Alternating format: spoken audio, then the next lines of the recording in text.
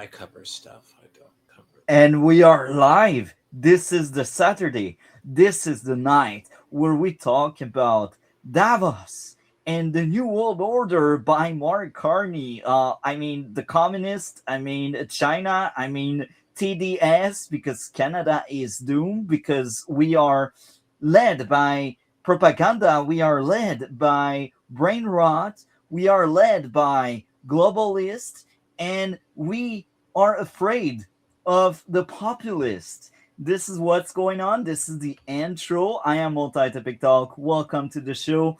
How are you, Dragon? I'm good. You do Amazing. your Well, thing. we have You're gonna touch upon the other part, we have a lot where of things to cover now. So let's get into the New World Order first, and then we will talk about Davos. So now let's just play a clip that's quite short and that's a viral, and after that we will watch a lot more of that segment that clip is taken from. So let's get into it. There we go, and I will enlarge it. there's a reason I don't like it when people just snip shit out of Twitter. There we go. I hate it. So I will also zoom a lot because it The is problem the important. problem is when they take these clips. You asked me to find what clip. I found the clip where they pulled it from. The problem is Still, they snip out 13 seconds. It's always stupid. let's do this.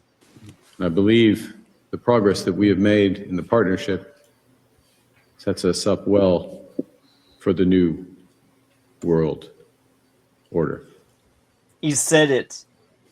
I believe the progress that we have made in the partnership sets us up well for the new world order. So I will I remove it believe now. the progress that we have There we made in the go. partnership. So let me Stop explain screen share. let me explain this.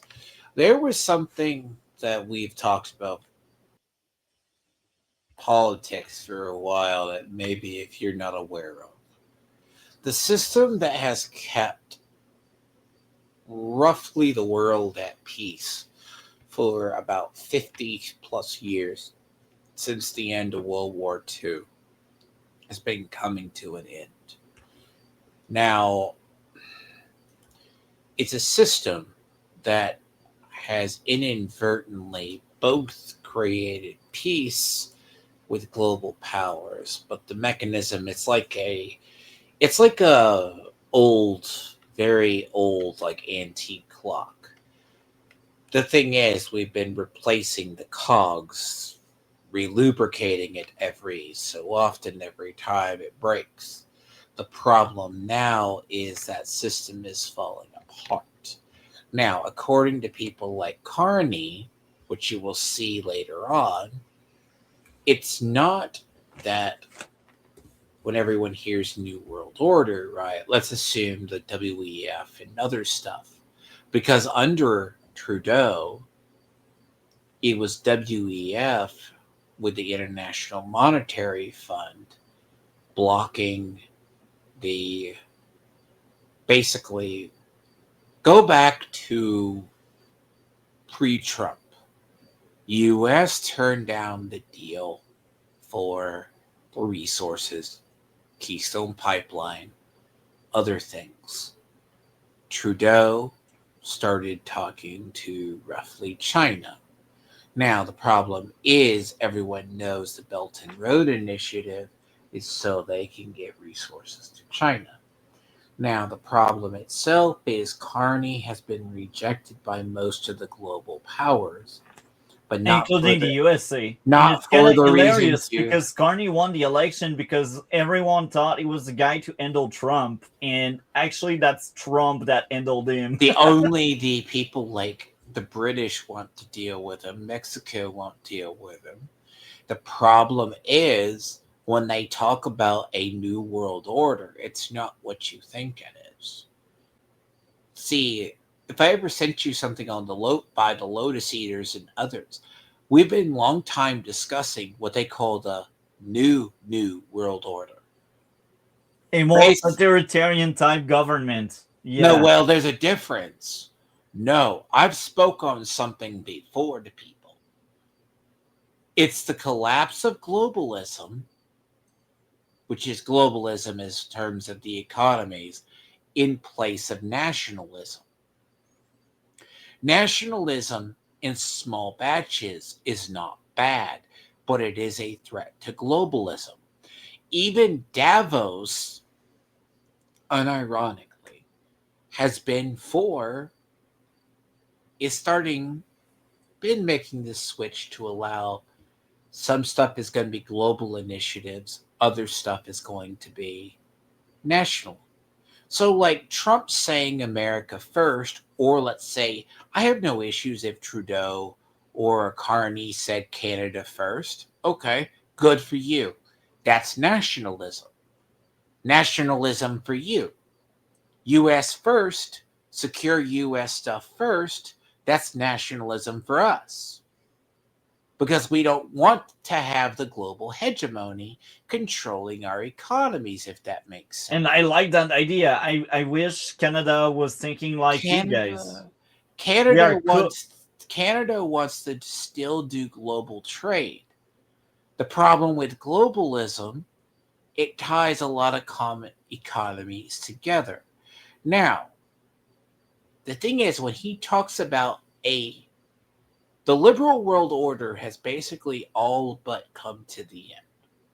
The question is, do we reform it in a different mannerisms that keeps power? Or do nations just go back to their German first, UK first?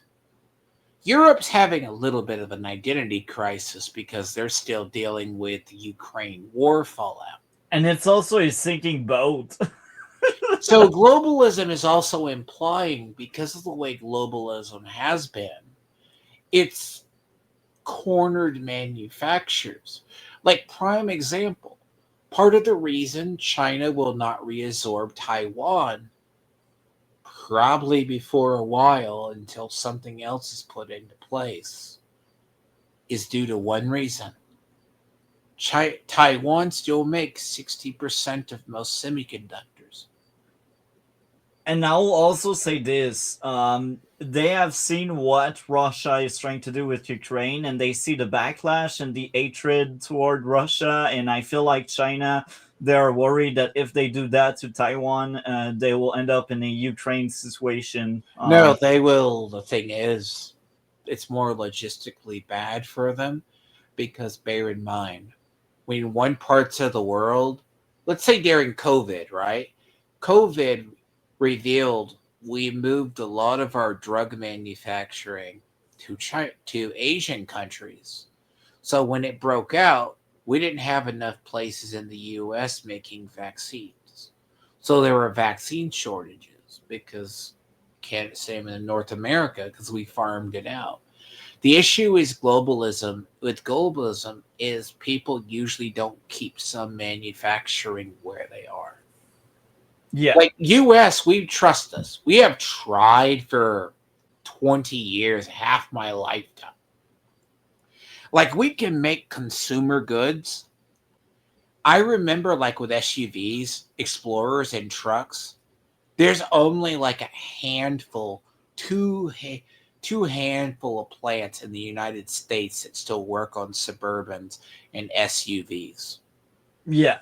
And by the way, just before we really dive deep into the meeting with China, I will also address that Scott Mulface, the guy that sits beside Carney, was making a weird face. Like, what did I just hear about that New World Order? And that was kind of funny. And that's something a lot of people highlighted.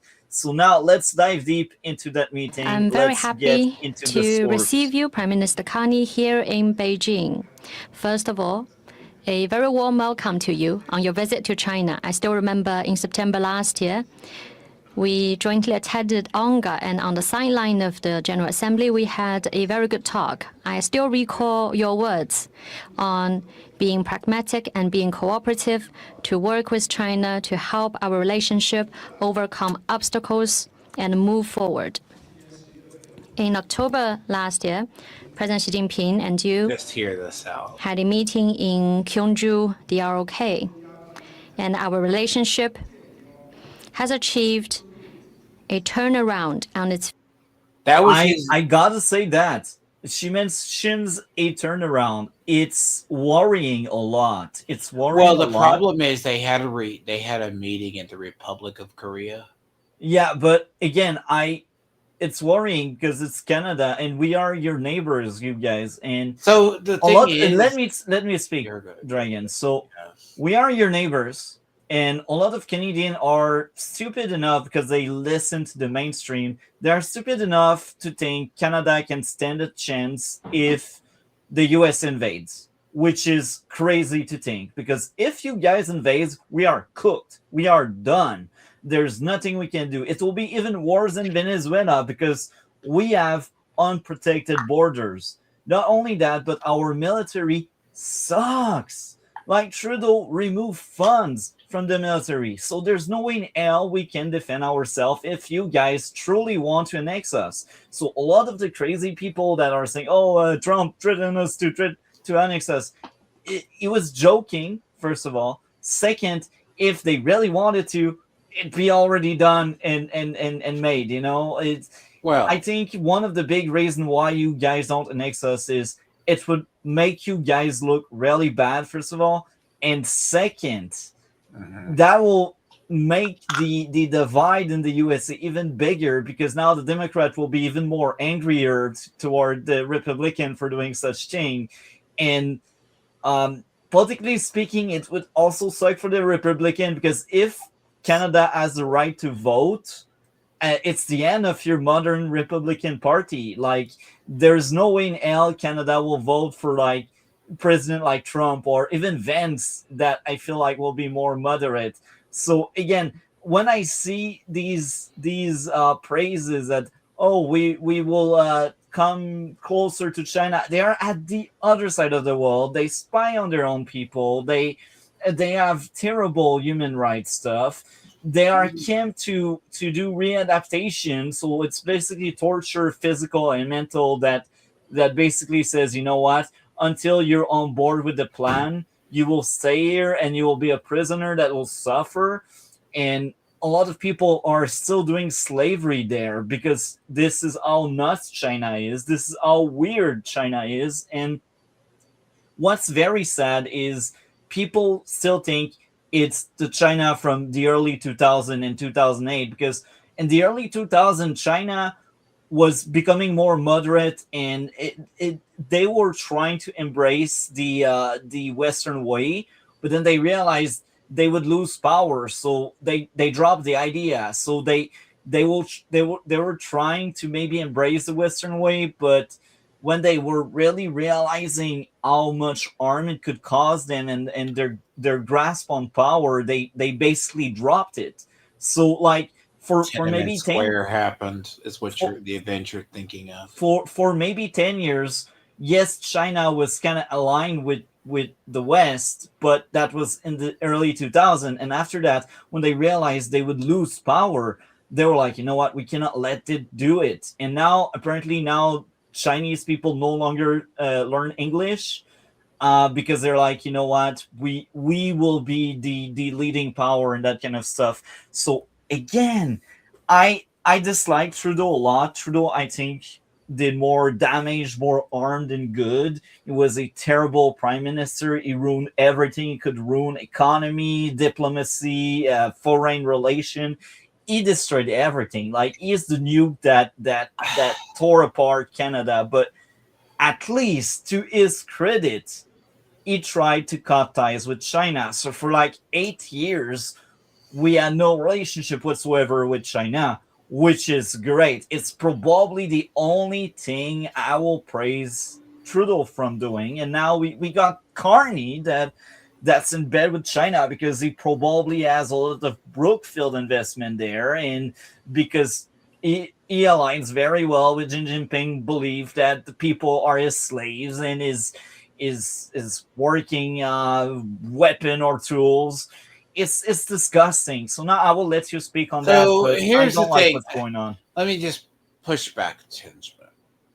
The problem under it wasn't the issue that Trudeau was totally bad versus the thing with Davos. If you ever hear the term Davos, WEF, International Monetary Fund, their main counterweight of pushing globalism was to counteract the narrative that the Chinese were doing with the Belt and Road Initiative. And I've talked about that a lot.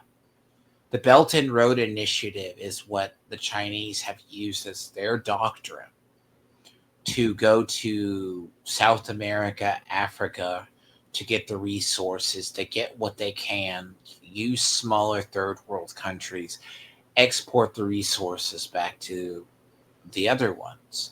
It's not that China's trade deficit to the rest of the world was so super high.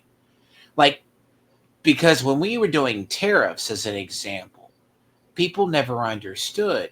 We're still in a trade deficit hole with China in the US. We maybe got like a $500 million in trade, like something like we're like a $500 billion in trade, some stuff like that. That's all going to go to a general fund.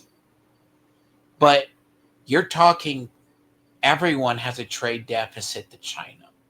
The thing about this is when you talk about China having a democracy movement, when Nixon went to China in the 70s, it did open them up. Now, 80s saw the youth movement. It culminated in Tiananmen Square, which was in 89. Now, there was a period that the Communist Party was starting to fracture. But as the 90s went along, like then they got Shanghai. After the lease came up, they were going to let Shanghai, which is a British colony, be basically free. They saw what capitalism could do, but it was contrary. There's a whole bunch of stuff on this. Now, they also basically kind of pushed back on the democracy movements, but they've also been doing literally like command and conquer generals. I hack for China. I do electronic warfare. Screw with the rest of the world. China has been making the moves as a counterbalance to the US because it sees itself as the rival. Now, they have never won a war they have started. Let me emphasize that. They have never won a foreign war they have started. The reason why, as I said, they won't absorb Taiwan is they don't want to damage the infrastructure. And I will also add this. So the other thing why Carney is such a jerk, I will say, is the guy painted himself into a corner because he cannot deal with Trump properly. He doesn't know how to negotiate. He cannot get leverage. He cannot get a deal. He cannot use our economy well because Carney is all about the net zero stuff, not for selfless reason. He is so heavily invested in that his fortune his wallet. Anywhere. Let me finish. His wallet is getting filled of money because we are broke and because we use these green scam thing. And he knows Trump doesn't like the green scam, first of all, and second, because we are still stuck in 2015 with the green scam. Well, we don't use our oil in our mineral and that kind of stuff. We need these. We need a functioning economy to tell the USA, look, we got something going on. Maybe you should want to trade with us. Now, the USA doesn't really have much of a reason to.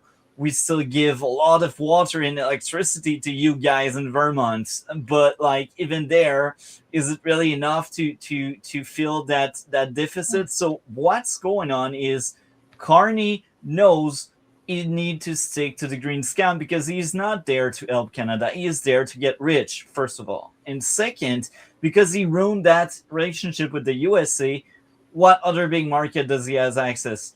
The European Union? Forget about that. It's a nightmare. Even the USA struggled to get that market. Like, if the USA cannot really have a full control over that market, don't expect Canada, that's doing worse than the USA, having good deal with the European Union.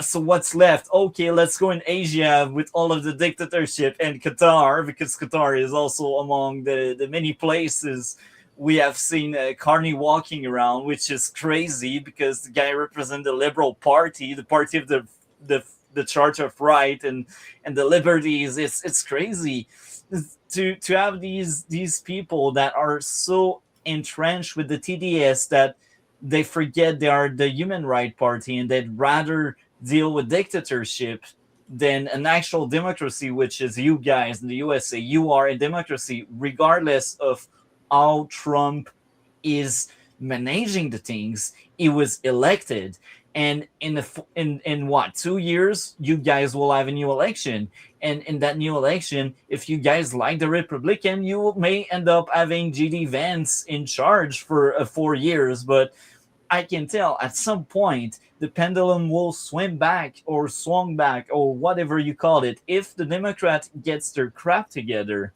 they will be in power again.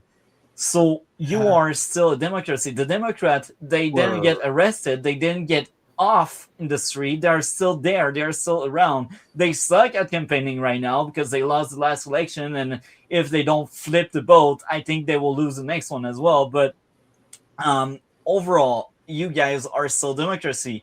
Yet the TDS is so big that our people in charge are like, oh, yeah, let's deal with Qatar. Let's deal with China. Even if they abuse the human rights and that kind of stuff. It's crazy. So now I will let you speak on that. The problem with Carney himself, it's not that we have an issue dealing with the EU. There's been periods in Germany for the last, I'll honestly say for the last 5-6 years, Germany closed a lot of their nuclear power plants and such. They're talking about reopening them. The French are talking about reopening them. If they do that'll help their economy. It's the way to do it. Now, we spoke a lot. So basically, Carney sucks and he appeals to his electorate. He's there for power and he wants to hold on to power by using Trump as the boogeyman. Let me say there's one more part to us. The problem with this stuff, I'm not saying that the EU is fine. There's this idea in the European Union or the EU territory that they think they can secure militarily. The logistics of war, they would have to go into... Germany last year was talking about, they opened up a factory that could make this many shells. That doesn't even cover, in a year, one engagement. Yeah. And it's and also, too, the stuff with Greenland, everyone's been being bluffed on. That's why when Trump at Davos talked about it. Now, the only other thing at Davos that was actually, there was the Elon Musk and the head of NVIDIA on AI. But there was an interesting perspective that might actually support Carney, as much as I say this, in the EU, and it comes from Macron. But Macron's power base right now is very similar to Carney's, but Carney doesn't have the yellow vest riots. And I think France has it worse than Canada, to be honest. Because they have the yellow vest riots. I feel like Macron has been around forever, and I feel like he will outlive me. Anyway, let's play more of that, because we barely touched upon that glorious meeting with communist dictators. 55th anniversary. This has been widely welcomed by all sectors of our two countries. The past and the present have repeatedly All sectors except the EVs and the automobile, because they want to flood our market. Anyway, let's play more of that. I don't want to get too deep into that because I still want to hear what they have to say. But it's just Carney classical intro, whatever. He's praising the relationship and he's like, "Oh, I like you guys because you guys treat your people like crap, and this is what I want to do with Canada, but I don't quite have the majority to have that kind of power." So let's play more of that. proven that They're aligned the sound and the politically because stable of the development ideology. of our relationship It's not is the in the slavery interest part. of both It's our the two countries. ideology that Mr. Prime governs. Minister, It's your something visit this about time the management style. And falls he's also on the backed into start a of a new corner. year. It is That's a also bigger issue. the first visit by a Canadian Prime Minister after some 8+ years. President Xi Jinping tomorrow will have a meeting with you, which Not will everyone can have further that kind of point the meeting. way That's the crazy forward part. for the steady and upward growth of this relationship. It's always a bad sign when Standing you on can a new have starting point, China is a ready to meeting work with with a Canada dictator like that. to Trump's increase had dialogue and one-on-ones with him. communication, enhance political mutual Yeah, trust, Carney can be on expand one-on-one. practical It's just cooperation, shocking. work for more new outcomes. Well, it's not really so as ever a to one-on-one meeting. add more honestly. vigor for the growth of our two countries. I'm ready to exchange views with you on issues of shared interest and do so in a frank manner. Thank you. Mr. Premier, let me begin by thanking you personally and on behalf of this delegation for your gracious invitation here to Beijing and to start the new year and a new era of our relations. The new era where we are entrenched with you guys and we don't care anymore about our security and our sovereignty, and we campaign on sovereignty. And blah, blah, blah, blah. Carney in his The speech, problem they is never they want end. to come to you guys for oil. The Yeah. thing is, we rejected their oil. Like, he won't come to us and say, would you like access to our resources? And We've the been other trying. thing, you speak oil, but Carney is nuts. Like, even if China asked him oil, I don't think Carney will bow down and give them oil because that goes against his value net zero crap. So Don't say let's. that. China says they are as well. But anyone who knows China, They know it's a lie. China still. Look, China every other week opens up a coal-powered Coal power is so plant. dirty. Coal, oil. In all Between China and India, both. Like, the reason why, fun fact, the reason why the Kyoto Accords and the the Paris Accords have been shit for years. Clinton did the Kyoto Accords. Then later we had the Paris Accords. And why Trump rejected it the first time. Do you know exactly the reason why? China. No. Well, it's not entirely China and India. But here's the funny thing. They talk about net zero and reducing stuff, right? Here's what Yeah. they don't tell you. China, within 30 years of the 70s, 35 to 40 years from when Nixon opened up China and slightly before that, did the Industrial Revolution. You know what you're taught in school with the Industrial Revolution? Yeah. Which we did over 200 years.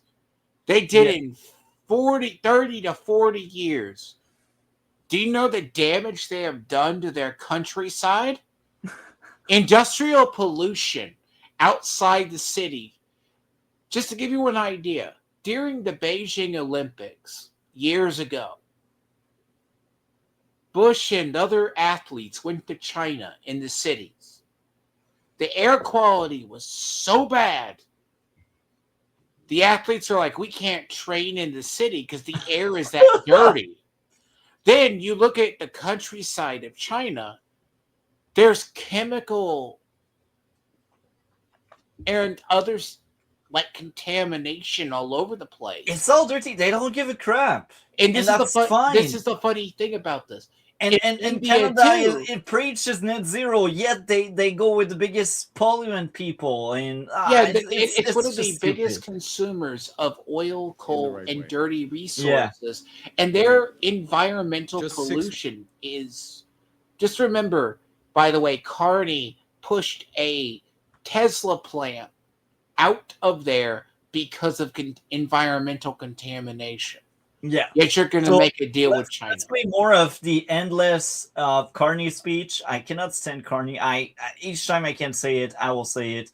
He is no leader. He is a dictator, and he thinks he's big, but he is small. I hate him.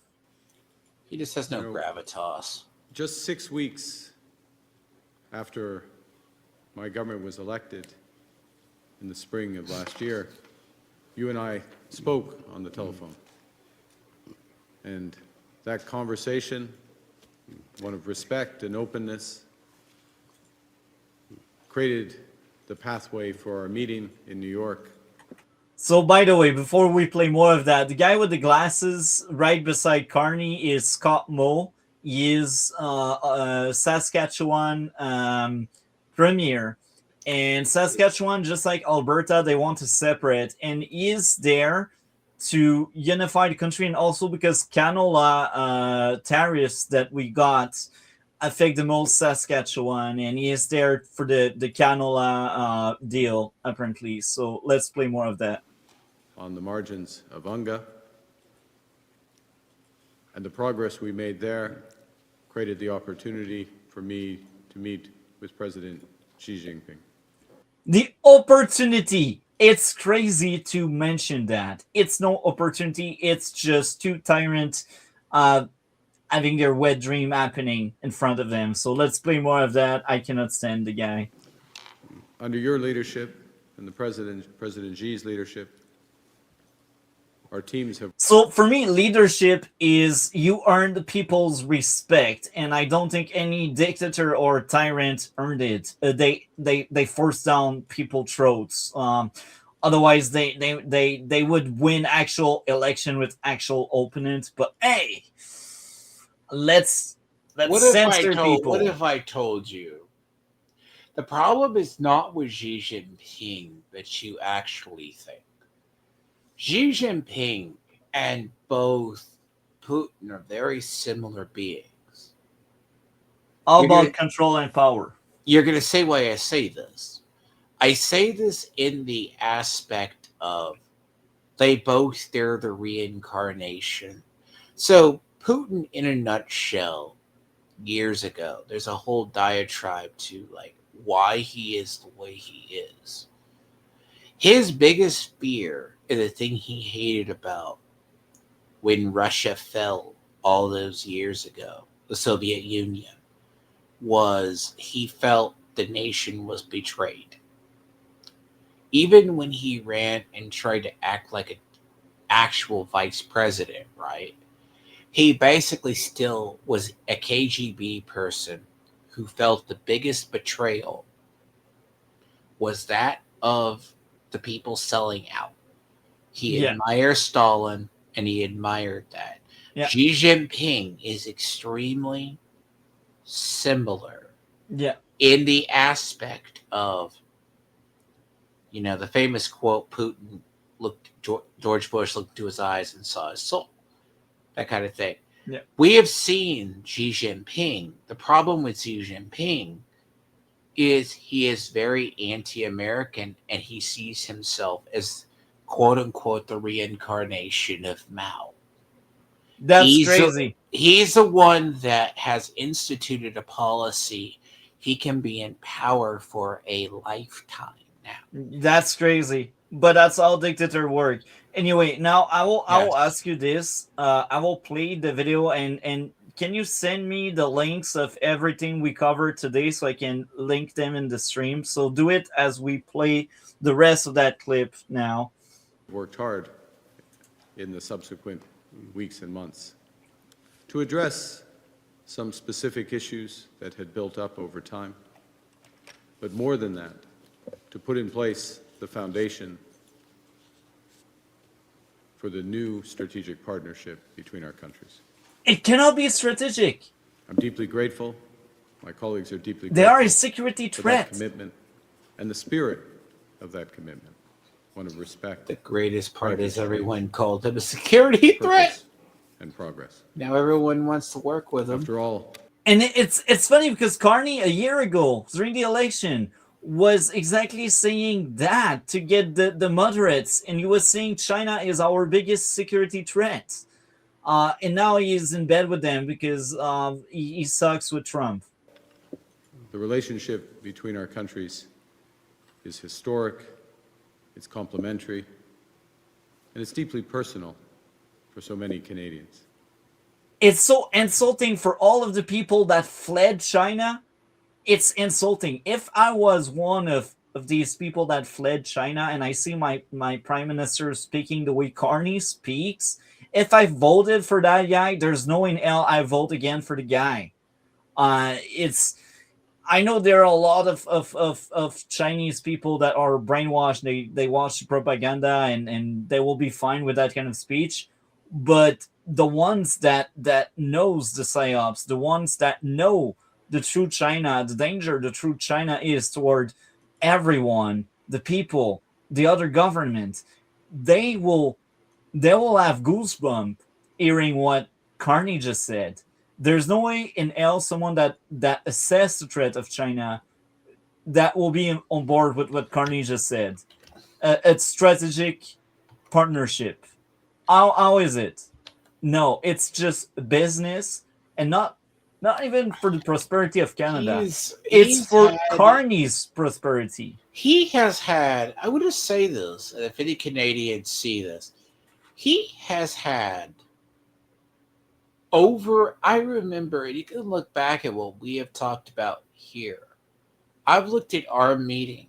He comes down to us, and he is flat out. He always goes in, yes, we lowered our tariffs on stuff from Canada. But here's the funny thing about this. He came to the U.S. not to make deals. That's just to show everyone you can fly a jet and pollute and go see someone. You misunderstand. He has to kowtow. I've pointed this out before. I'm not saying you have to kiss Trump's ass. I say you have to. If you want a good deal, you need to. You need to. Okay. It's like when two dogs fight, a bigger dog and a little dog. A little dog kowtows to the big dog. Okay, that's a thing. Canada doesn't have the GDP. I brought this up before. Your guys' national debt is ridiculous. It's big. And I will also add this. China, whom we are in bed with right now, kidnapped Canadian citizen and Canadian that are born in Canada. So not just like Chinese that fled China, because that happens a lot, but like actual white people born here were kidnapped, threatened, harassed by China. And yet we got a prime minister that's like, we will come closer to that. It's crazy how people can be so brainwashed they can accept that kind of stuff. I'm speechless. And I know a lot of people that will end up watching this. They know the threat that China represents. And unfortunately, my voice will probably not reach who need to know that China is dangerous. China is bad. So let's play more of that. And don't forget to send me the links of everything we cover so we can add it to the description of that stream. C'est une relation façonnée par des générations de familles canadiennes. It's a relation that's been forged by generation of Canadian. That's what he said in French. I cannot stand that. I will repeat myself. If I was born in China and I fled to Canada to escape that totalitarian regime, and I hear the prime minister saying that, I would be so worried. I would be like, what did I just do? I should move to the States. I should move to elsewhere, hoping to maybe not be followed by China. In his views, he views Canada as a First Nation that opened up to China. As you mentioned, mine is the first visit of a Canadian Prime Minister to China in nearly a decade. Because China is a threat. China is The world dangerous. has changed much since that last visit. We actually got worse than Trudeau, which is impressive. That's a feat in itself, because Carney is worse than Trudeau.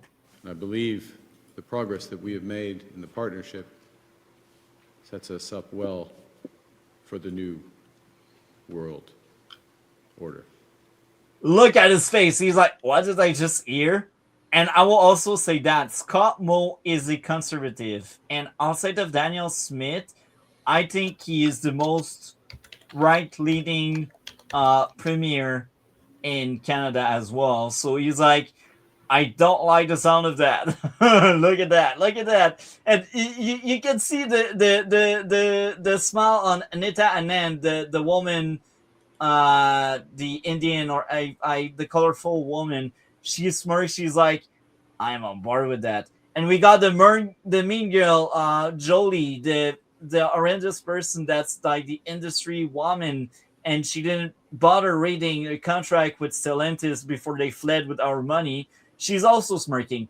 I look at these two women, and they are incompetent, and they're on that trip, and they just enjoy their time because they're like, we are in bed with the communists, and we agree with the communists. It's crazy.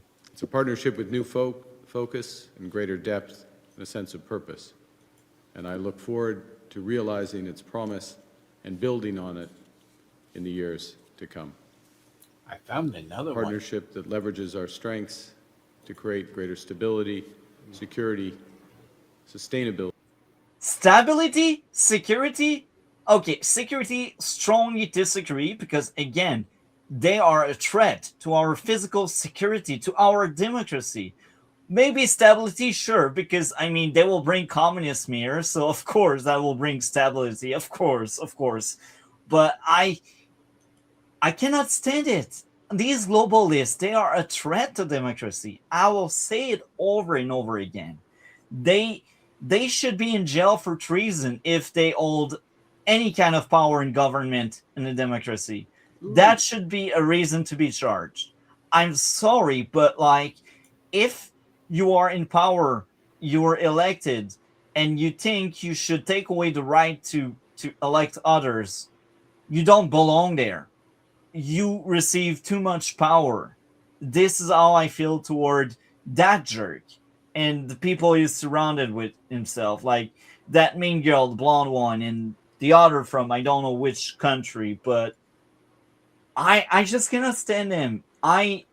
It's beyond me how someone can see that and be like, oh, speaking like a leader. It's speaking like a tyrant. And prosperity for all our peoples. And I look forward. No prosperity. I'm sorry, but China sucks. Those objectives. Thank you very much, Shay. By the way, I found another one that's from the 16th, by the way. Well, send it. We will cover that. It's a short one, too. By the way, where do you want these sent? Do you want me to put them in the private so you can dig them up later? Yeah.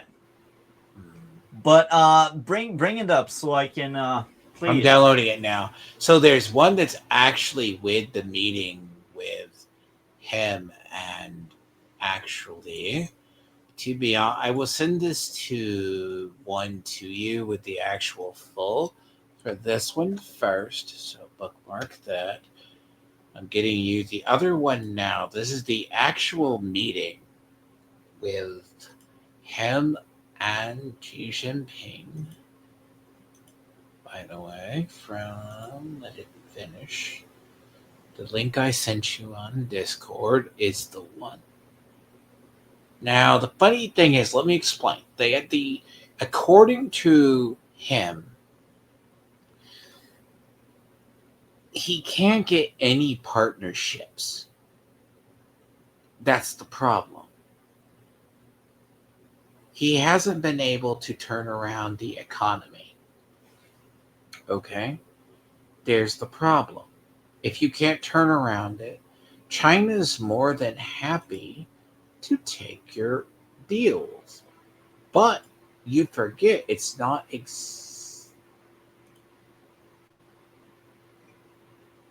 I don't always hate when something doesn't import. Thank you extremely much.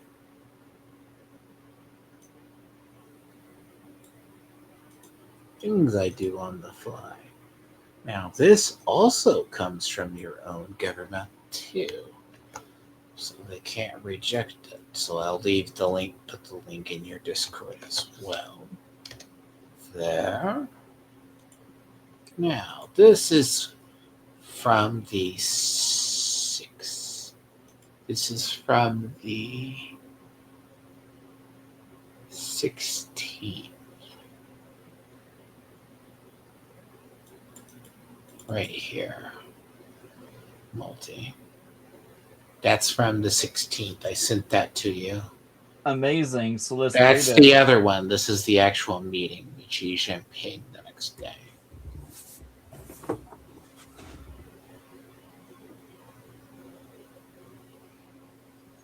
By the way, the man got Winnie the Pooh banned in China, even though he looks like Winnie the Pooh.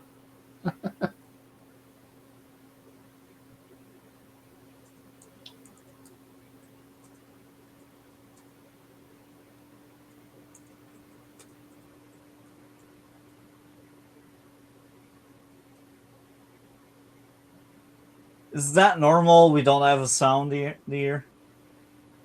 It's the beginning. I promise you there's sound. Oh, I can hear it now. Please have a seat. It's normal government relations. The first part, there's no video. There's not always sound. You'd be surprised. They don't test equipment prior. We see that. It happens a lot. 好，我们开始。 Let's begin the meeting. Prime Minister Carney, welcome to China. And I welcome this great ministerial delegation. He welcomes that because that sends a signal.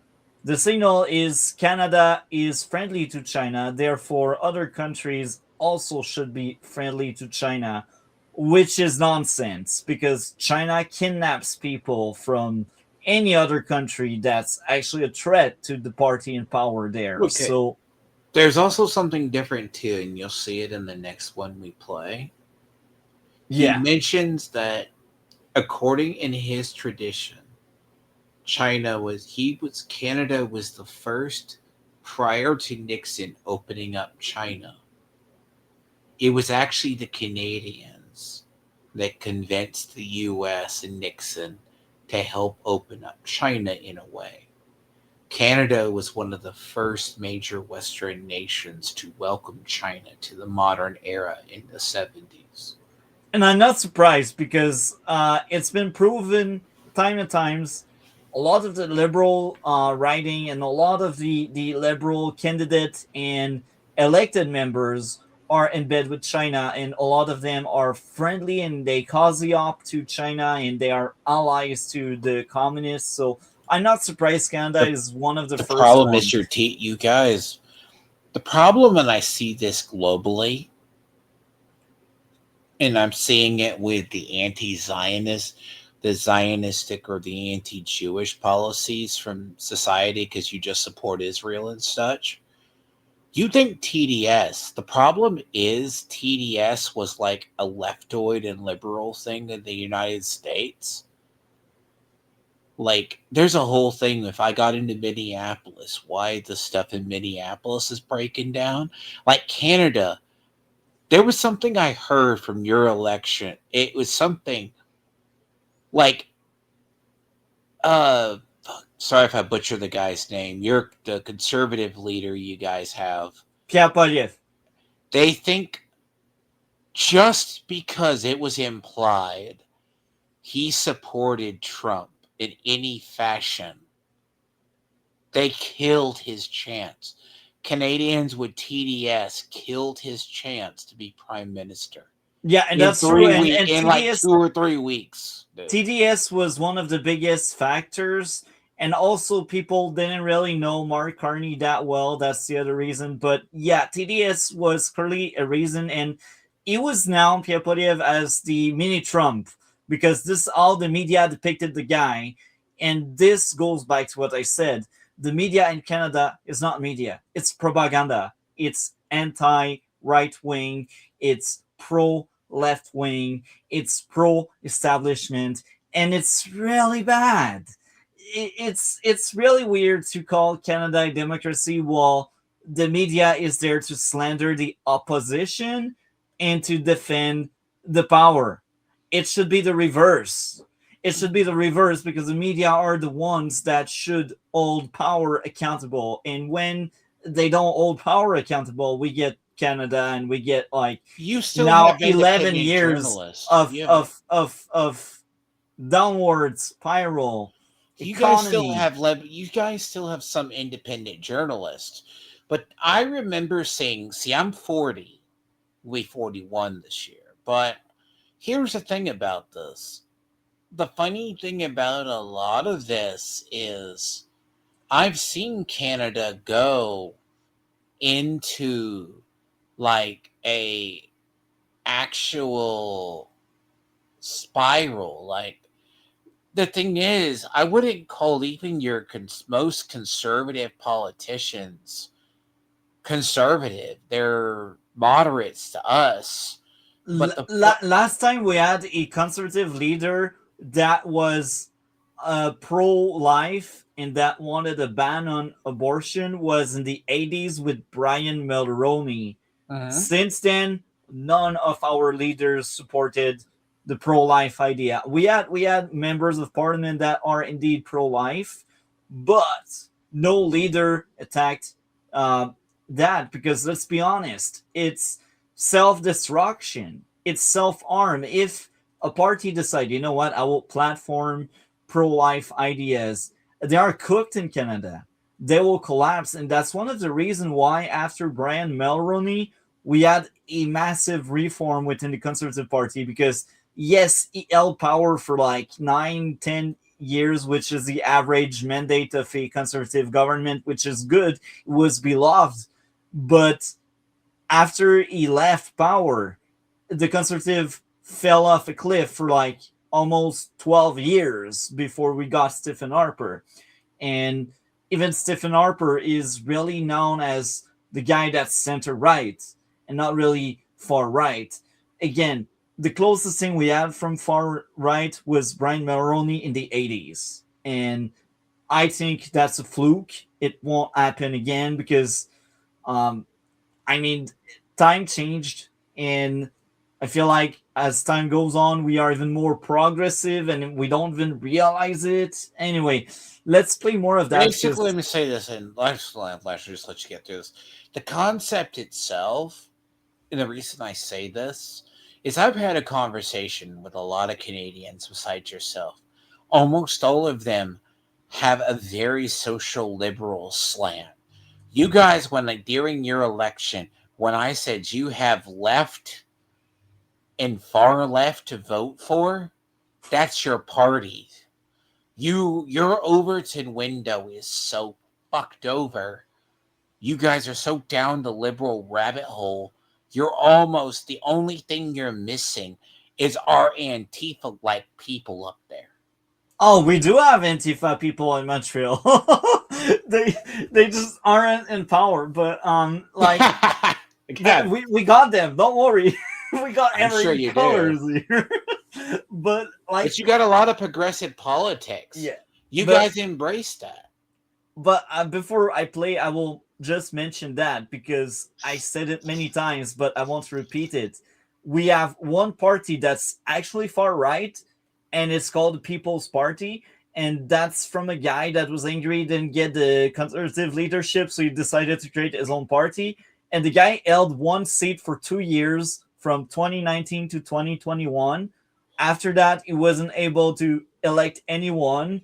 His party is a non-party, gets like not even 1%, and he doesn't even have the funding to have like candidate in every riding. So it's like it's not a true party, and that's our only guy that really represent far right ideas. And again, gets like less than 1% of the votes.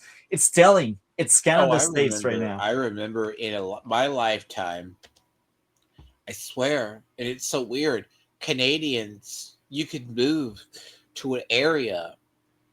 You guys, your engineers or your computer people were making more money than anything, than inflation, and your economy started to crash. I remember in like a decade, people could have affordable housing, really good jobs. That was from 2006 to 2015, and that was under Stephen Harper. And then that just crashed into the earth. And you know what's funny? Like when we kick out the liberals, it's because we are tired of them screwing up everything and destroying everything, and it's really like it's valid, it's justified, it's how you vote, it's how a democracy should work. When you're fed up with the party in power, you vote them out. But when we vote out conservative, it's like, oh, things are good, I want to try something else. Why do you think we do in the U.S.? We're like, oh, wait. So technically, our mandates, the interesting part about our mandates in the U.S., what you think are mandates, we usually swing about every 8 years.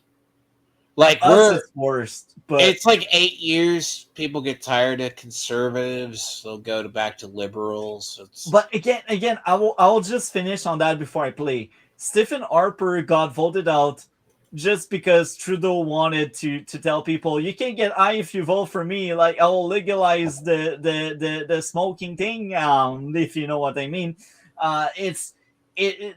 They lost just because reasons. They didn't lose because they were doing a bad job, because actually the Conservative did a great job for that time. And during that time gap, we were the country that survived the best the 2008 crash, because we had competence in power. So that's what they wanted to say. Like Conservative, last time they lost power, it's just because people were like, oh, I'm bored, let's try the other guy, the other party, because the other party is lit. They want me to smoke something. So legalization's kind of Very pleased to meet you again. Last October, we met in Gyeongju, the Republic of Korea. It was a very good meeting. That meeting, I believe, marked a turnaround in the China-Canada relations and placed it on a upward trajectory. In the past couple of months, China, not for the Canada. agencies of our two countries because they have engaged in deep discussions on resuming and restarting cooperation across the board and produced positive results. Yeah. I am heartened by the progress. He can't humble himself before Trump. This is your first visit to China as Prime Minister. That's your problem. And the first visit to China by a Canadian Prime Minister in more than 8 years. A healthy and stable China-Canada relationship serves the common interest of our two countries. It is also good for the peace, stability, and prosperity of the world. I am ready to continue working with you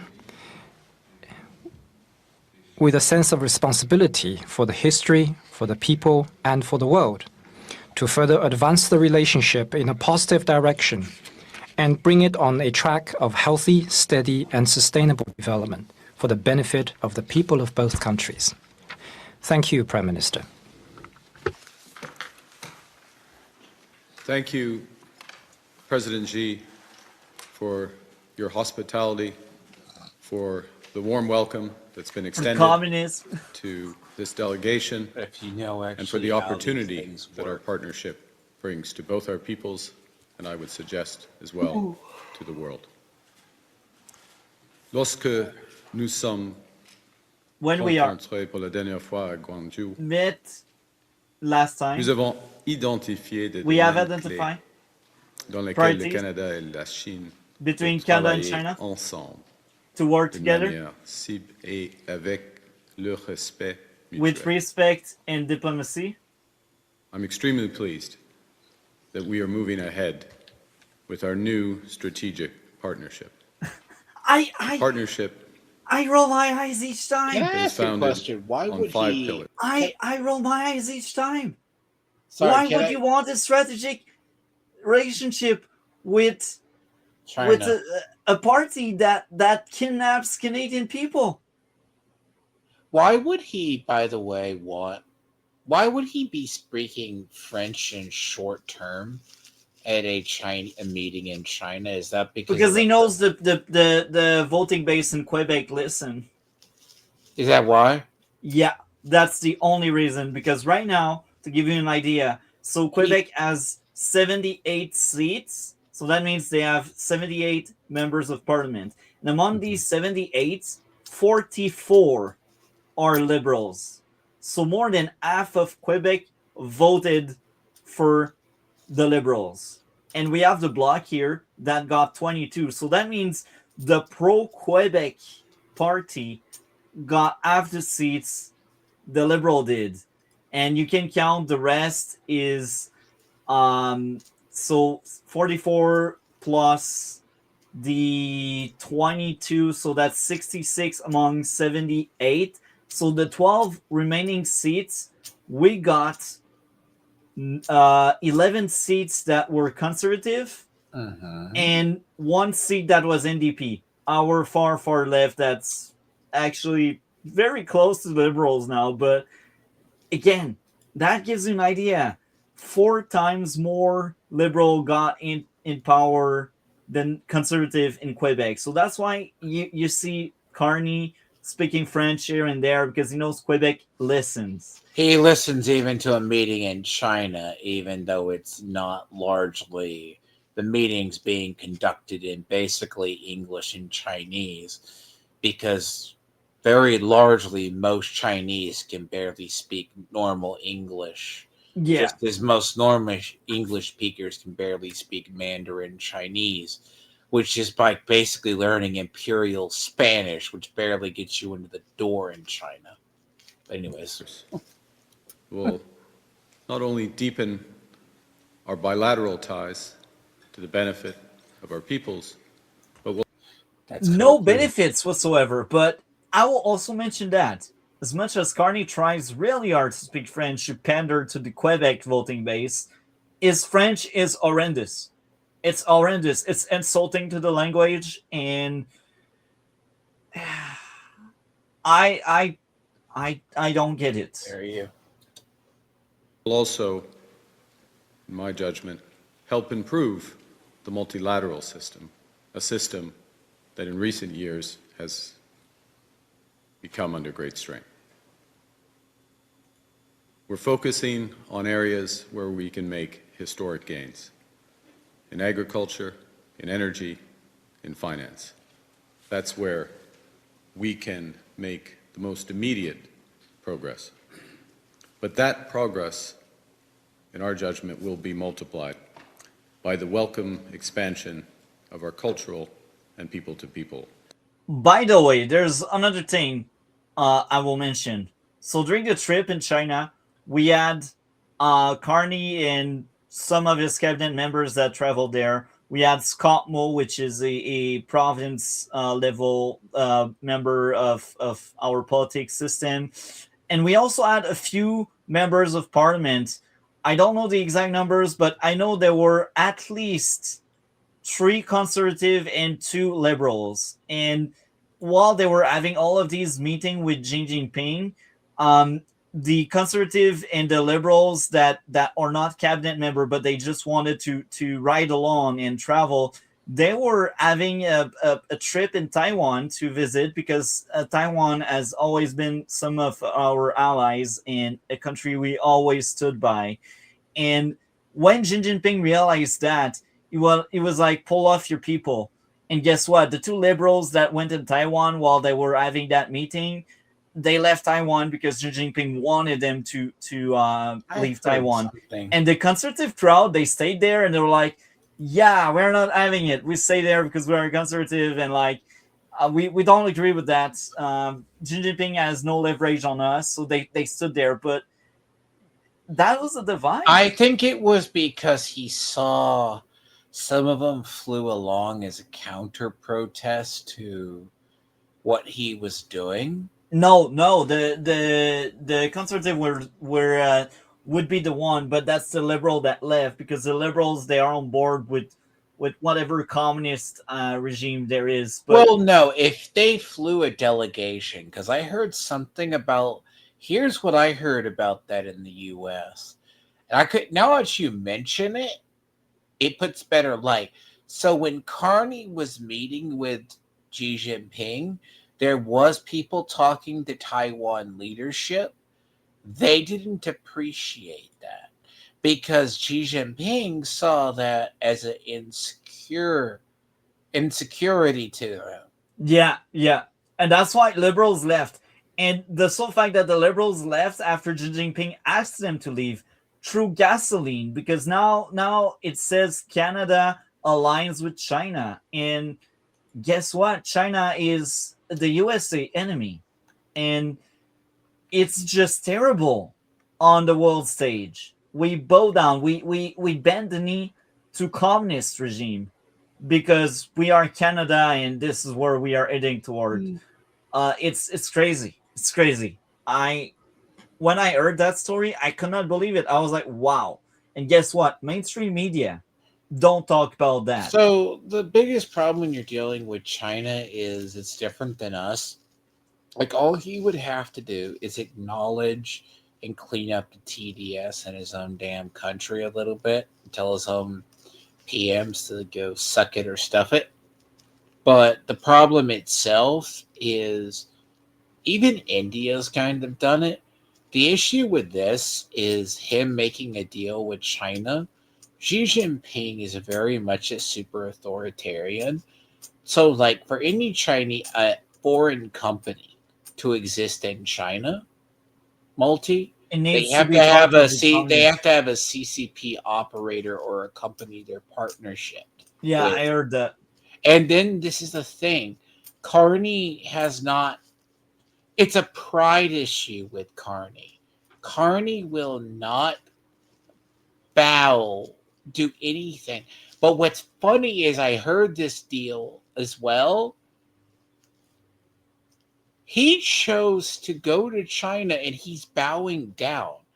Like Yeah, he's he's not bowing going down. to China with any authority. Basically, he's going to You have accepting to. EV dump that will destroy our auto Oh no, sector. automotive. Yeah, Do you know what's funny it about will crush EV it. vehicles?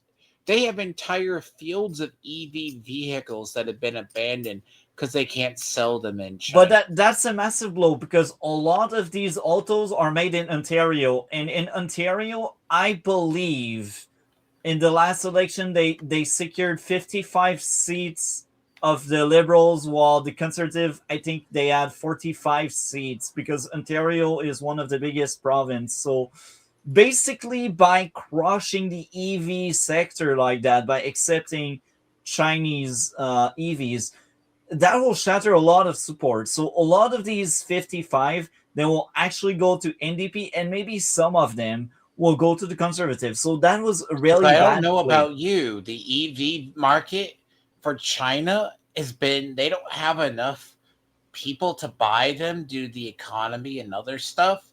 They're just trying to dump them up there. Yeah, and this is what they are doing, and that was a very bad play. And I will also add this: you say Carney pride is an issue.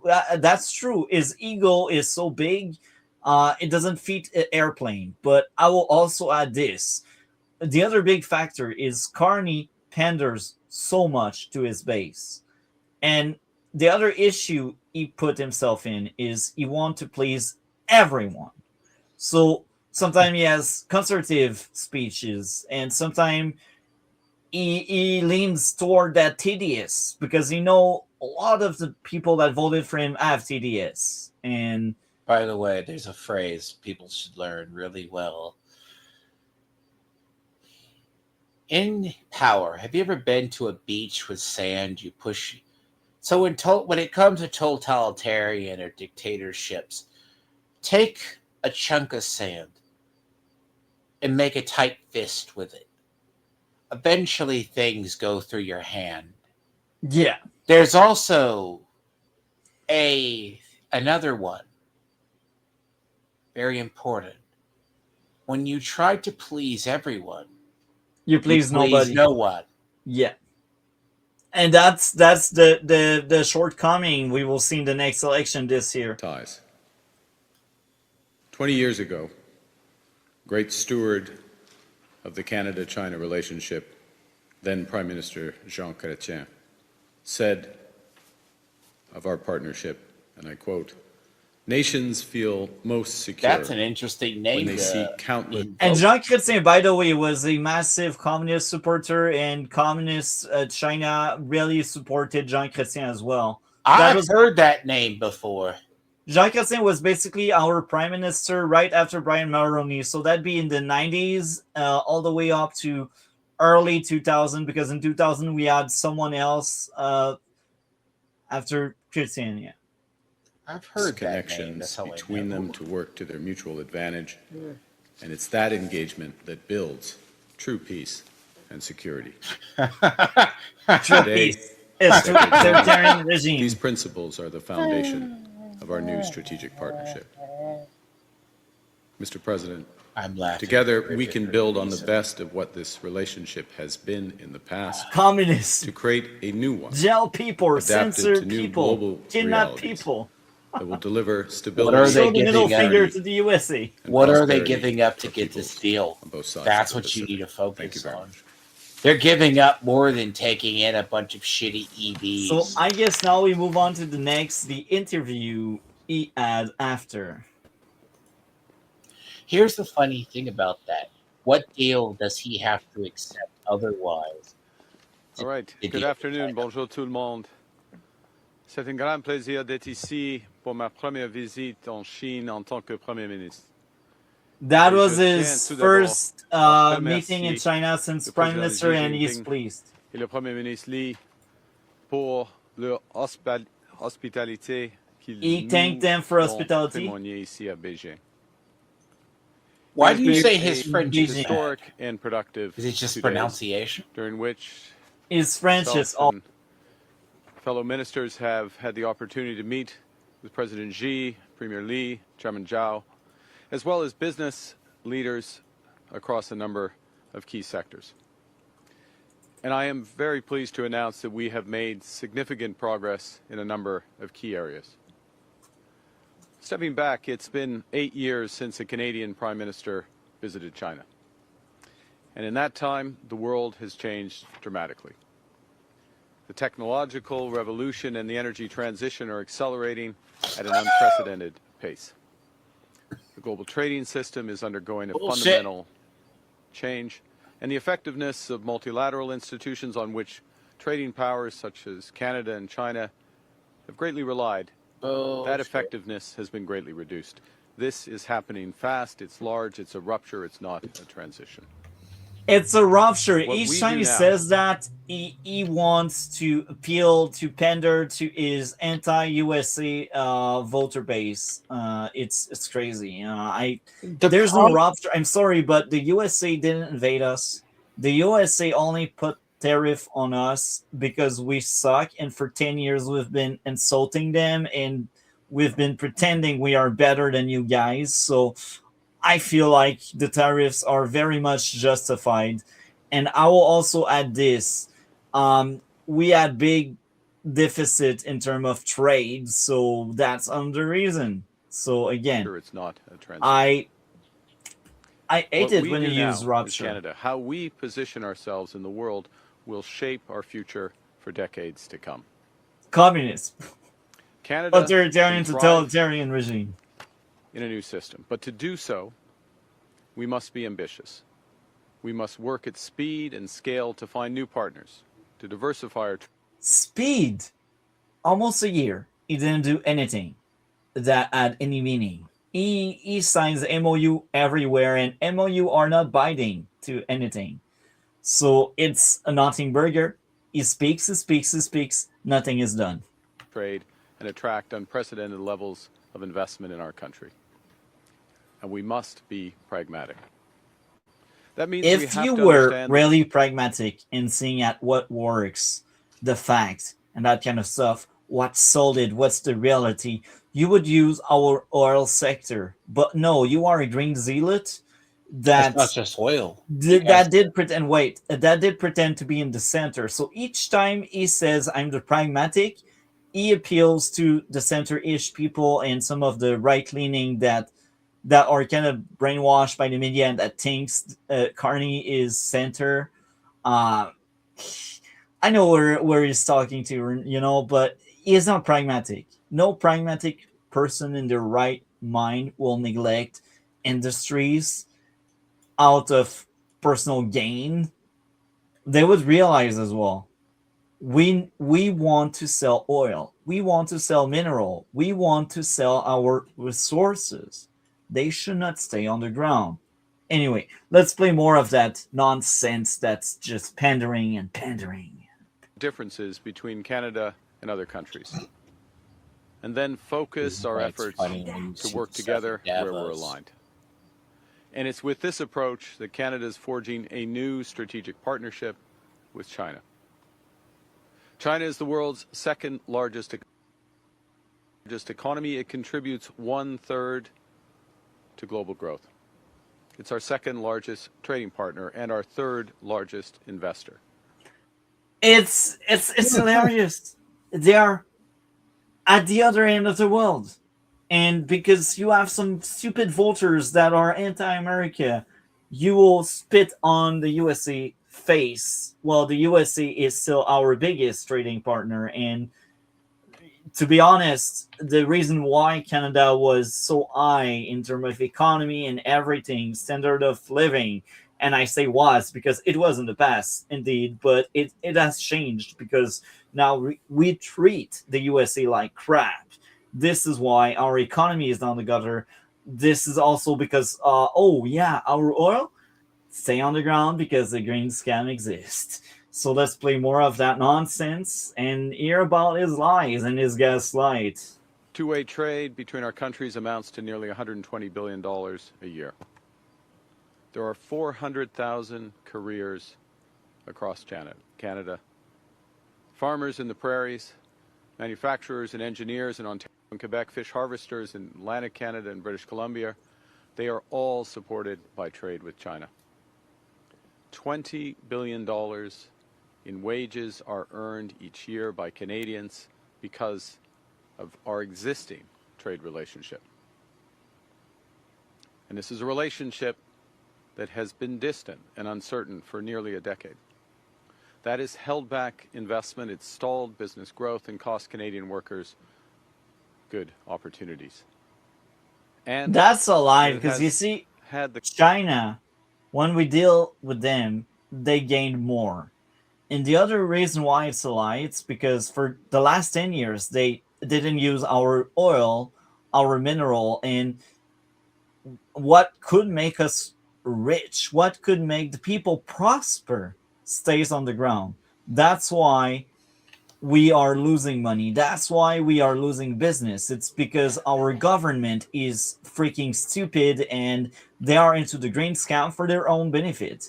It has nothing to do with not dealing with China, because each time we deal with China, they gain more than we do. Otherwise, I wouldn't be doing it. This is the way it goes with China. If you give something on the right end, they will take it, and then they will hold a knife under your throat and say, now you do this and maybe I will do something for you. It's crazy. Anyway, let's play more. consequence of leaving us even more dependent on our largest trading partner. Instead, we will be And that's dependent why to a country immediately at the after other end of the election, world. Canada's new Great government idea, began to Carney. recalibrate Very the pragmatic. relationship with China Sarcasm. strategically That is a pragmatically, problem. and decisively. Peu après les élections, j'ai discuté avec le After Premier the election, ministre. I spoke with Jing. 2 mois plus tard, 2 months nous nous later, sommes rencontrés à New York. we met En in octobre, New York, Trump and j'ai I. rencontré le président Xi en Corée du Sud. I met Jing Avec un afterward. dialogue soutenu, constructif et pragmatique. We notamment had à travers pragmatic les dialogue visites- and les constructive visites de dialogue nos ministres et les membres de notre caucus en Chine. with our caucus nous in China. renouvelons cette relation afin qu'elle génère des résultats We wanted to ambitieux generate results with pour la our caucus population with China. des deux pays. Ours is a long-standing relationship. Canada was one of the first Western nations to recognize China. That's what I was in talking 1970. about. It's in here. Over many decades, Chinese Canadians have helped build communities in every part of our country, from dynamic small This sounds businesses to good. schools and hospitals, straight through to innovation across advanced technologies. Partout en Chine. Il y a des Everywhere in entreprises China. canadiennes comme Manuvie, Enterprise CAE, et la Canadian Banque de Montréal qui font BMO affaires en Chine depuis longtemps. deal in China Leur for a long présence time. ici bénéficie aussi évidemment à l'économie Corporations canadienne.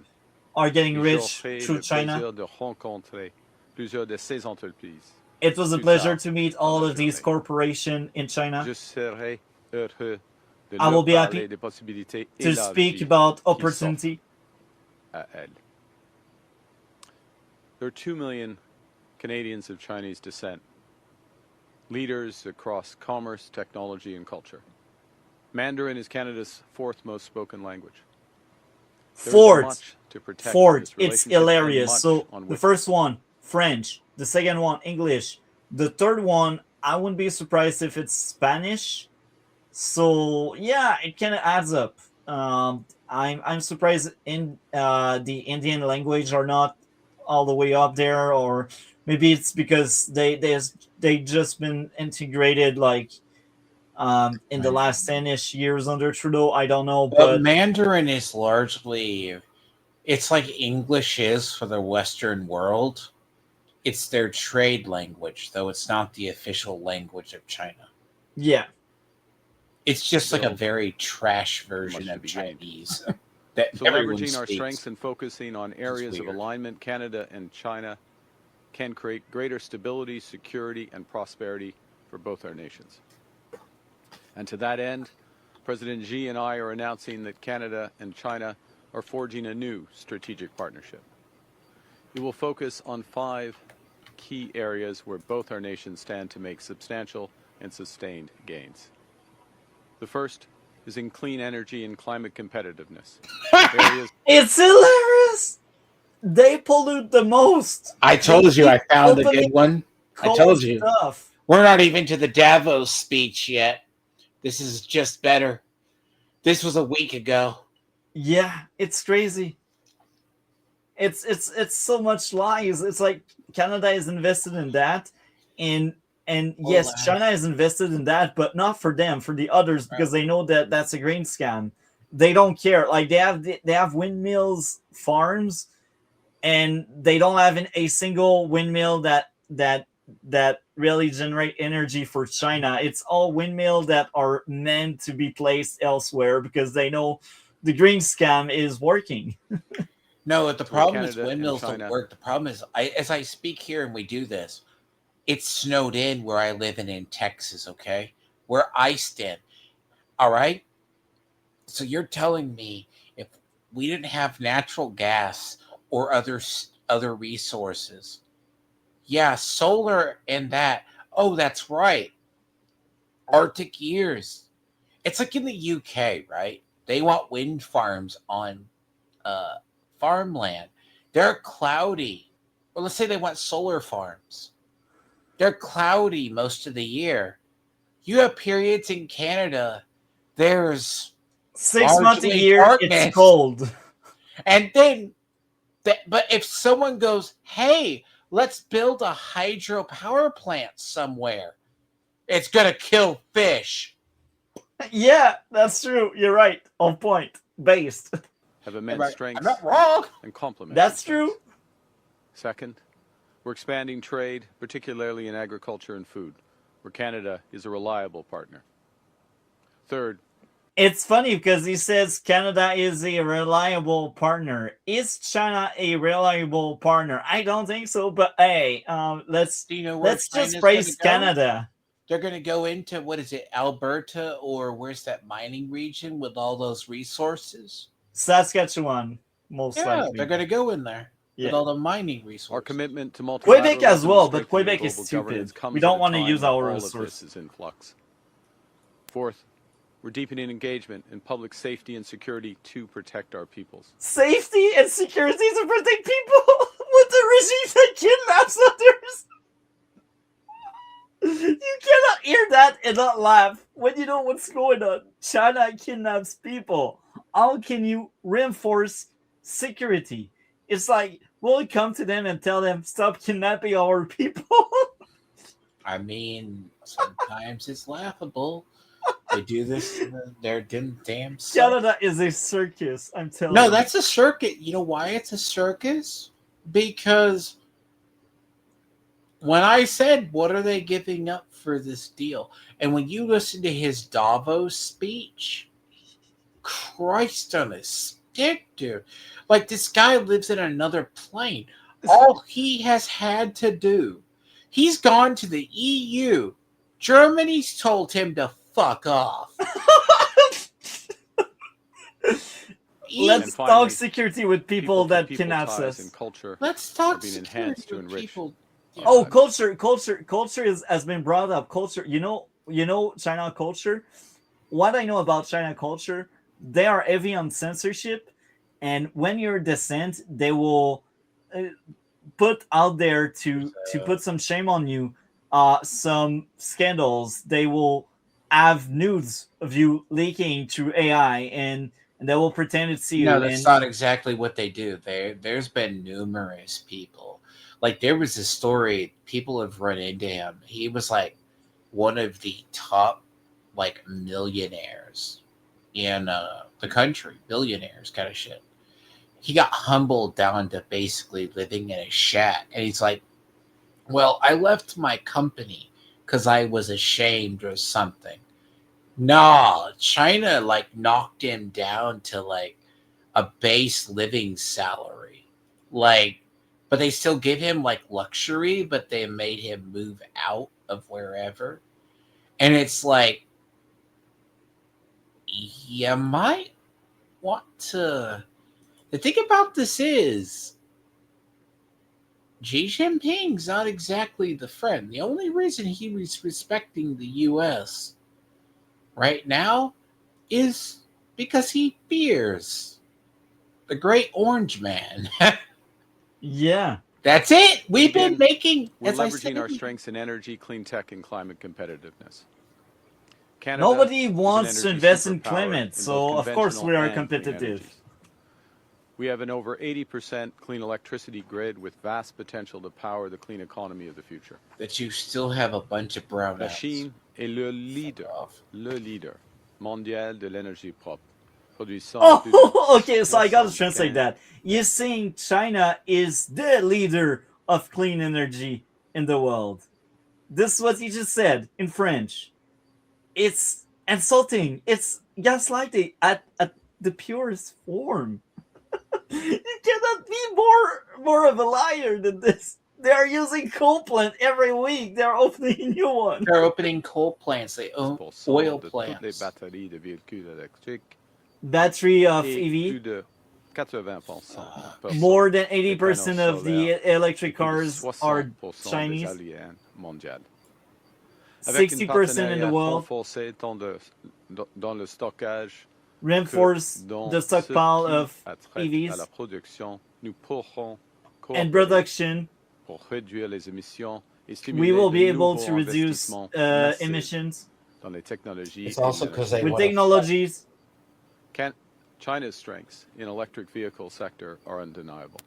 They also China want to produces go some of the around most and fuck affordable and over efficient Elon Musk because they hate Elon energy Musk efficient too. vehicles in the world. So you'd rather deal with Chinese. And in order for Canada to EVs. build our own Good jobs. competitive EV sector, we need to learn from innovative partners, access their support. And he says that, but he wants to flood our market with these EVs.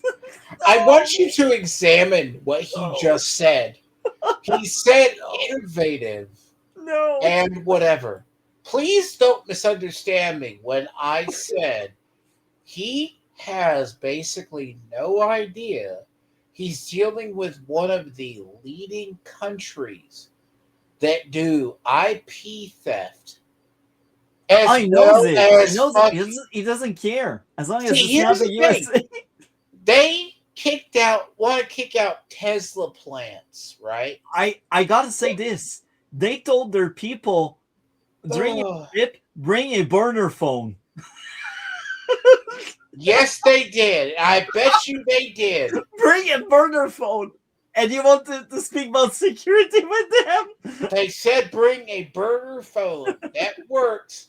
And I'm going to guarantee you no one knows why. And I can tell you why. Because what's funny, you saying that, because so China's opening up a new embassy in the UK. They said they're going to move it. They just happen to have an embassy near a major cable center.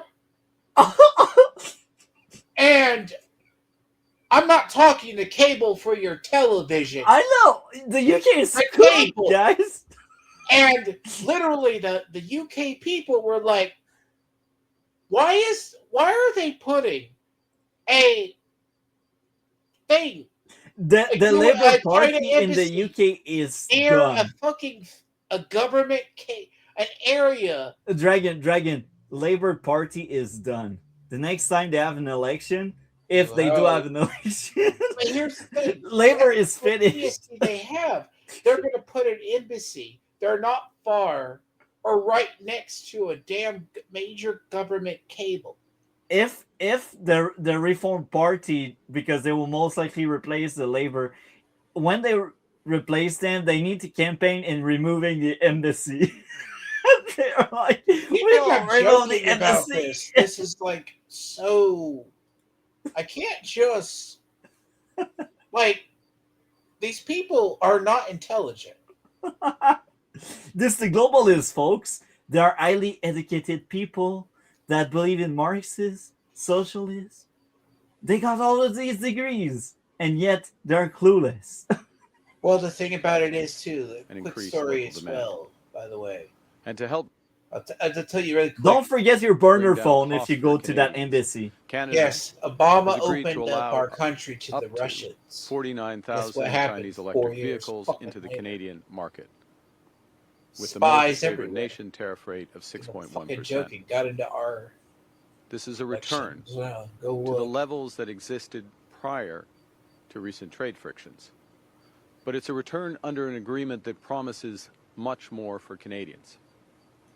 It's expected that within 3 years, this agreement will drive considerable Chinese investment in Canada's auto sector, creating good careers While in destroying Canada, our and accelerating Canadian our market. progress towards a net zero future and the auto industry of the future. With this agreement, it's also anticipated that within 5 years, more than 50% of these vehicles will be affordable EVs with an import price of less than $35,000. Over the next Really? 15 years, You know Canada where I've intends heard to this double our before? energy grid through major investments in hydro, I've nuclear, heard this solar, here. and wind power. That And creates guess what? tremendous Democrats are no opportunities longer for in Chinese power. partnerships in these investments, No, including EV in energy vehicles are storage not as and cheap offshore as you wind. think, dipshit. On the other hand, Canada Sorry. is developing our oil and natural gas reserves, one of the world's That's a largest. lie. He has bans on tanker and pipelines. Gaslight and lies. He's going to have to. He won't open it to the U.S. He won't open He it has up. no. but he will The open Dragon, it you to don't China. understand. You don't understand. The liberals have actual laws that forbid tankers and pipelines. I've heard it from your people. It's so when he speaks about oil, sure, okay, we will extract it, but we will give it to the USA because we don't have a pipeline, we don't have tanker because our laws are stupid.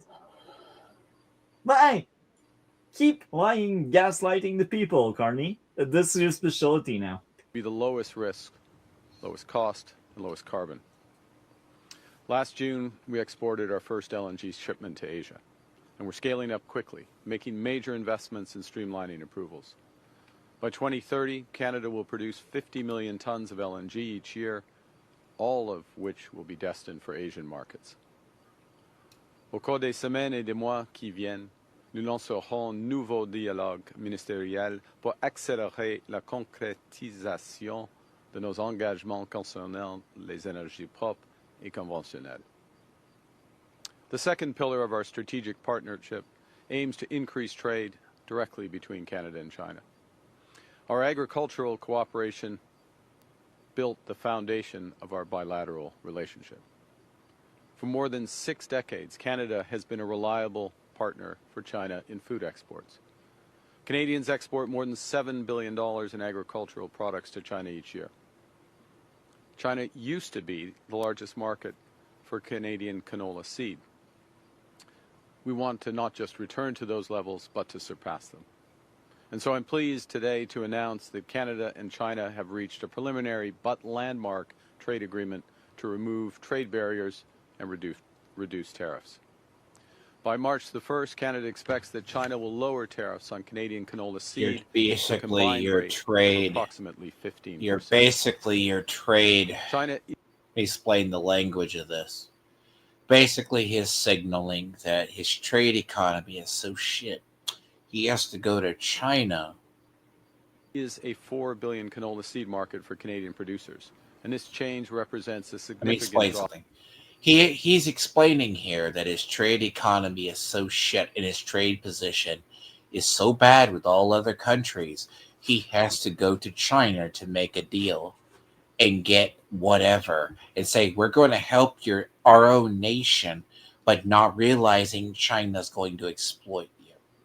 Yeah, well, he knows it. He doesn't care. He's powerless. You have to go to a 84%. dictatorship. It's like you might as well Furthermore, crawl Canada back expects to the Canadian canola He meal went as to well as Qatar, Canadian bro. lobsters, crabs, and Right peas after China, will not he be did a subject pit stop at to relevant Qatar. anti-discrimination Yeah, tariffs Qatar has from been March having 1st some of this year issues recently. until at least the end of this. Together, these results will unlock nearly $3 billion of export orders for Canadian farmers, fish harvesters, and processors as they realize the full potential of this market of 1.4 billion people. With this agreement, we also expect to see a resolution of many long-term obstacles for a range of important agricultural sectors, from beef to pet food. Le Canada a un but ambitieux d'augmenter nos exports vers la Chine de 50% d'ici 2030. Soutenu par une nouvelle feuille de route commerciale, nous élargirons également les investissements canadiens en Chine dans des domaines comme les services, l'énergie, l'aérospatiale. He is basically expanding the space industry, and he is doing business and he is making money. That's what he says. L'agriculture et la fabrication de pointe. He is investing in culture and construction of high-tech material and equipment. We welcome Chinese business plans to significantly scale up their investment in Canada, in major clean energy projects, as well as in agriculture and consumer projects. And by building this new strategic partnership, we're creating the stability and certainty needed to catalyze new investment and opportunities for Canadian workers. Both Canada and China are strong advocates of multilateralism. Nous partageons plusieurs objectifs en ce qui We share a attrait lot of à objectives with l'environnement. climate. Le leadership du Canada et de la Chine a permis de créer avec succès Our le cadre leadership mondial was pour successful la in creating a biodiversité green connue market Montréal lors de la COP 15 à Montréal. during C'est the pourquoi COP15 le in troisième Montreal. pilier de notre partenariat stratégique a un engagement Our strategic renouvelé leadership envers and partnership la is great, gouvernance mondiale. On is collaborera worldwide. davantage. Le Canada et la Chine peuvent se concentrer sur les nombreux domaines Canada and d'intérêt China commun. can focus Allant on the de la numerous compétitivité achievements we climatique et des have finances in à la business stabilité and green tech macroéconomique et and au economy multilatéralisme. to fight China crises. will be the host of APEC this year, and Canada stands ready to support their agenda, focused on strengthening and reinvigorating the multilateral system. Censorship. Canada appreciates China's support for our bid to host the Apex Leaders Summit in 2029. The fourth pillar of our new strategic partnership is public safety and security. And this is an area where pragmatic laughable. and constructive engagement with China is crucial. Not really. Through They this don't give a pillar, crap. They like our law kidnapping enforcement people. agencies will increase cooperation to better combat So now, narcotics what will happen next? Well, transnational crime, Chinese cyber cop, crime, they will synthetic arrest drugs, our Canadian people and money on our soil now. and we will create safer communities for people in both our countries. If they align with the communists. People have always been at the core of this relationship. That's That true. Canada is home to a Chinese diaspora of 2 million. Over 300,000 Chinese visitors came to Canada in 2024. China Because they is fled Canada's China. seventh largest source of tourism. So the fifth pillar of this partnership will build on opportunities for cultural exchanges and partnerships that further deepen our people-to-people ties. That means Prime Minister, this announcement I'd like you to characterize it in terms of how big an entry into the market you expect it really is. And how do you intend to explain it to the U.S.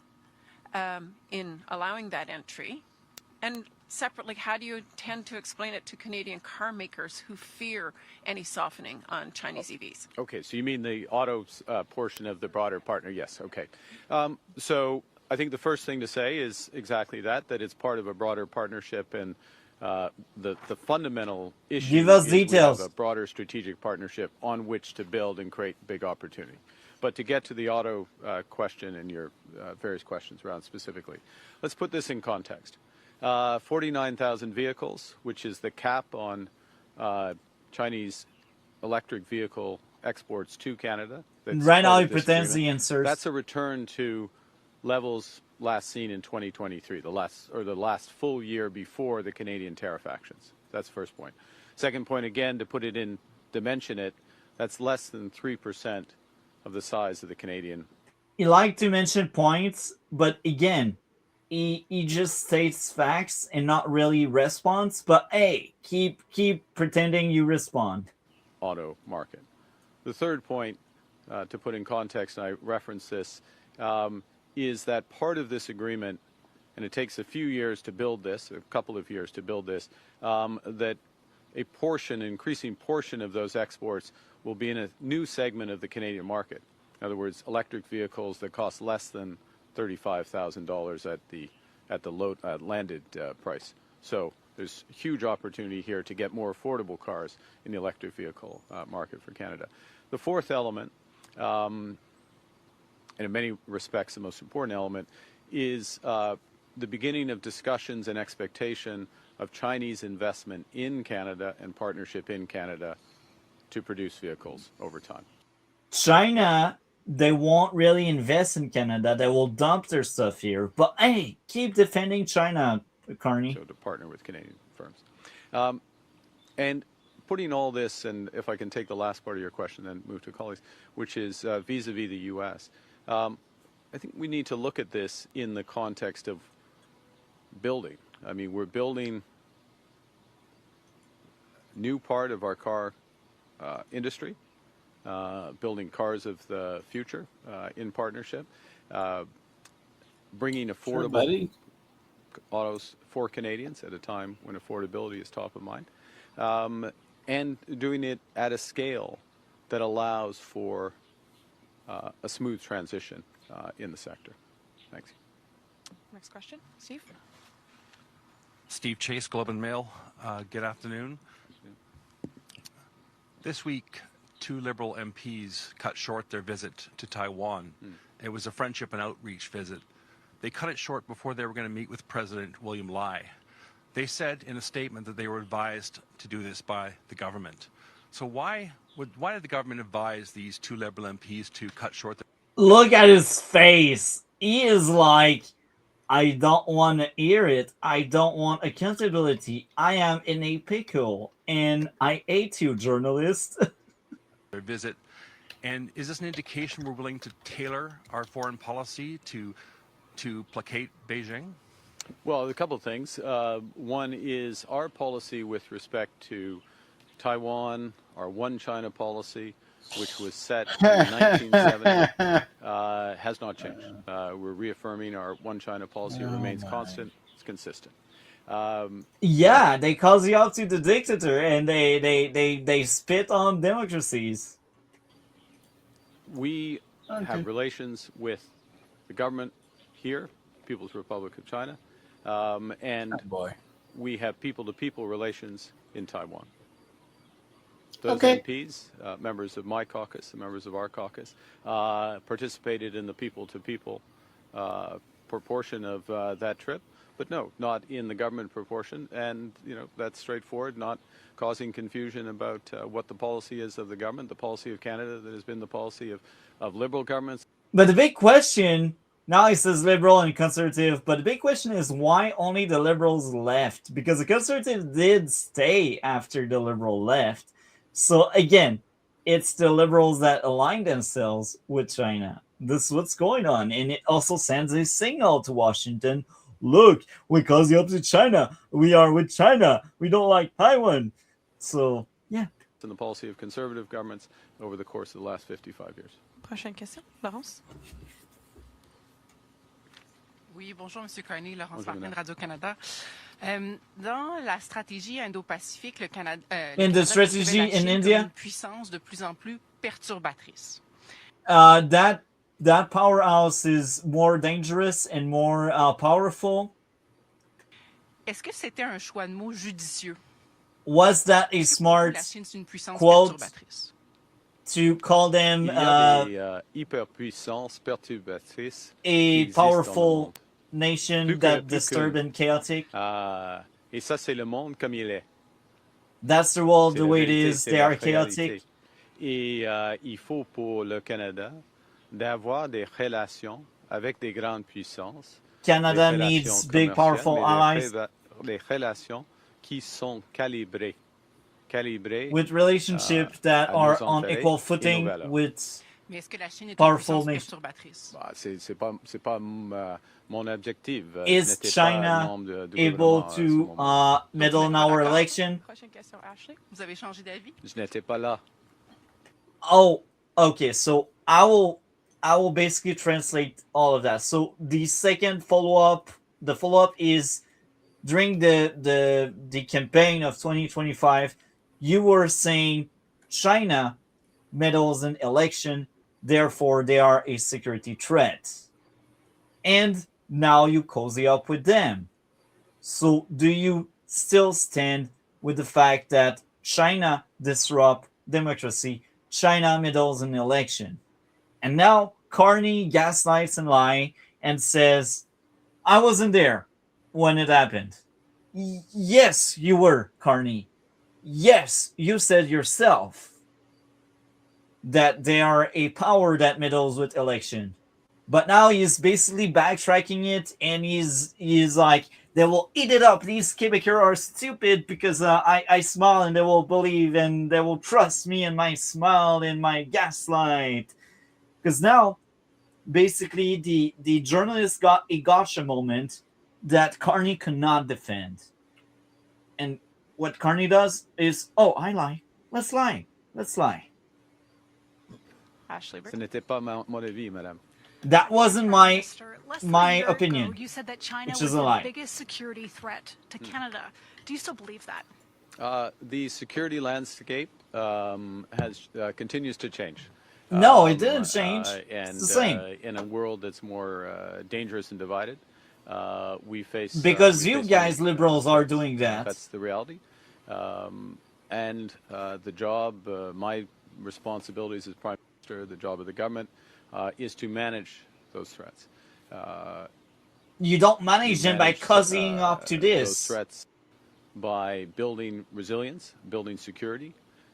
You can't build security with someone that destroy your security and your safety. We're pursuing all of those, and I would say that well, the threat environment has increased But yeah, risks they have cause the op multiplied. to the regime that's a threat. So too has our resilience and our engagement, which is protecting Canadians on balance. But does that threat from Next China still question. exist?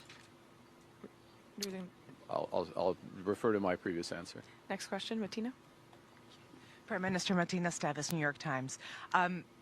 After your visit, is it fair to say that you're concluding that China is a more predictable and maybe reliable partner to Canada than the United States is? All right, let's hear this. Well, this is going to be funny. let me answer it. I'm going to answer it directly with respect to the relations with China. Of course he does. He knows it's a dictatorship. He knows there are no election up there. No, it's not about being a dictatorship. It's about okay. Well, they bring stability. That's true. It's always the same people. The really fucked up part about a relationship with China is, so basically, Obama thought the Cold War was over, right?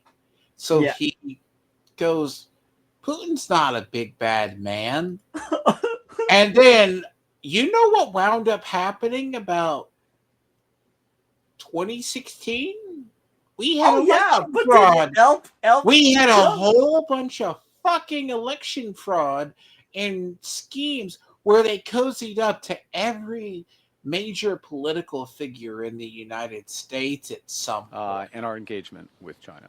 And yeah. I will say that Thank you. From the first conversation I had with Premier Lee, telephone conversation, then the meeting in New York, the long meeting with President Xi in Korea, and then the meetings over the course of the last few days. There are a number of specific issues, and I've outlined them that where we've made progress in our strategic partnership. But we spent a fair bit of time in all of those meetings about the guardrails, if you will. There's no guardrails. Where we felt we could cooperate, where we had differences of opinion, where we had differences of view in the system, respecting each other's differences in the system. And that how do they respect that? By meddling in our election. That leads to a more predictable and effective relationship. Our relationship, the one comparison I will give you with the United States, our relationship, this is no insight, is much more multifaceted, much deeper, much broader than it is with China. But yes, in terms of the way that our relationship has progressed in recent months with China, it is more predictable, and you see results coming from that. Next question. La prévisibilité, oui, c'est well, c'est nécessaire d'expliquer, de faire une petite explication. He wants to expand in French what he just said in English, so they want a more predictable market, and China offers it. Pour la coopération entre le Canada et la Chine. We want better cooperation between China and Canada. Mais ils sont aussi clairs. It's also clear. Par conséquent, oui, les relations Therefore, our relations are better maintenant, and predictable que d'autres right now pour le Canada. than before. Next question. Prochaine question, Mylène. Bonjour, Monsieur Carney. Bonjour, madame.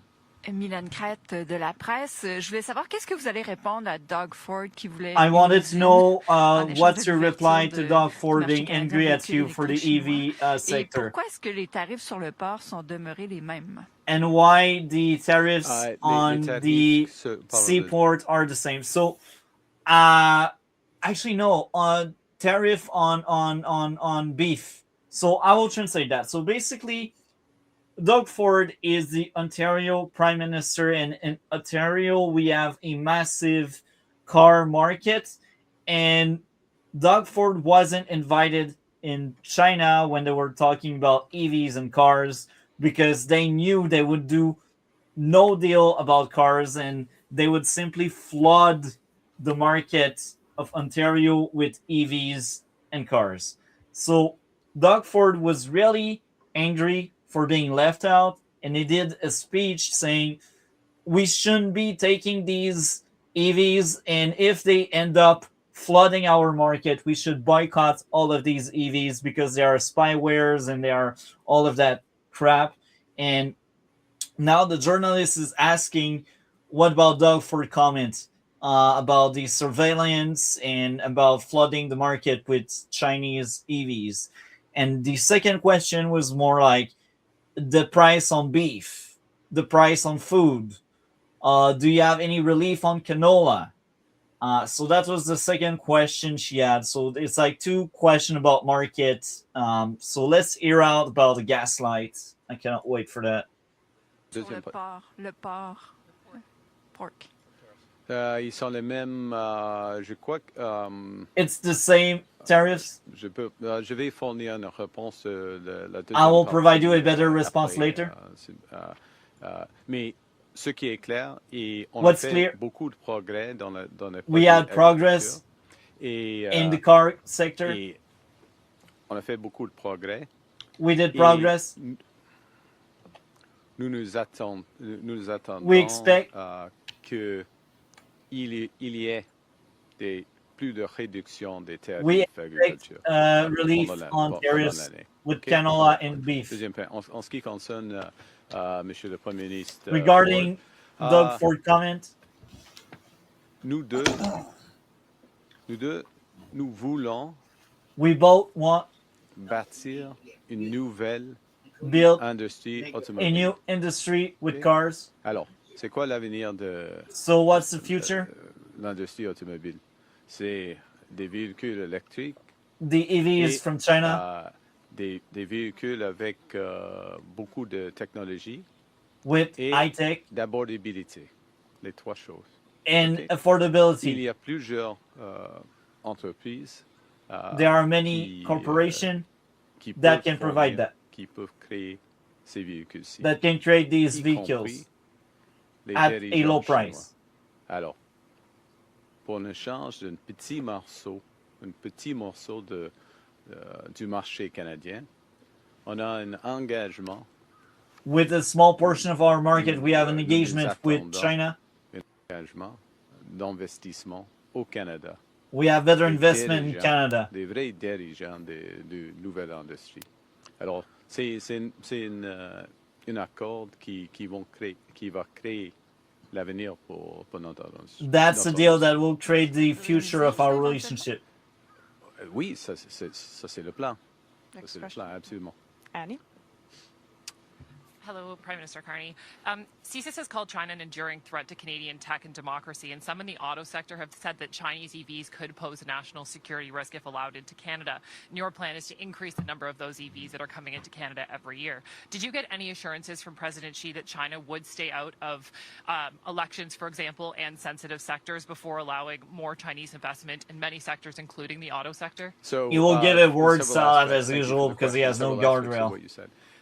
The first is, and I'm going to refer to something I said a few minutes ago, which is we're returning to the levels of Chinese automobiles as a cap that we had 2 years ago. Okay. So he's saying, with the cap, we'll deal with the surveillance. Sure. Again, let's keep that keep it in perspective. But that's going up by 6.5% every year after. Yeah. But you bring that you compound that growth. And you're getting to about 70,000 vehicles at year 5, although the agreement has it reviewed after year 3. So again, it's still in low single-digit proportion of the size of the Canadian auto sector. But it doesn't by about 1.8 million add guardrail. It doesn't protect us from the spyware. The second thing, but you asked... Doesn't protect the car sector. Mentioned, but then you asked, if I may, a deeper question around... our relations are, and as you said, foreign interference, transnational aspects.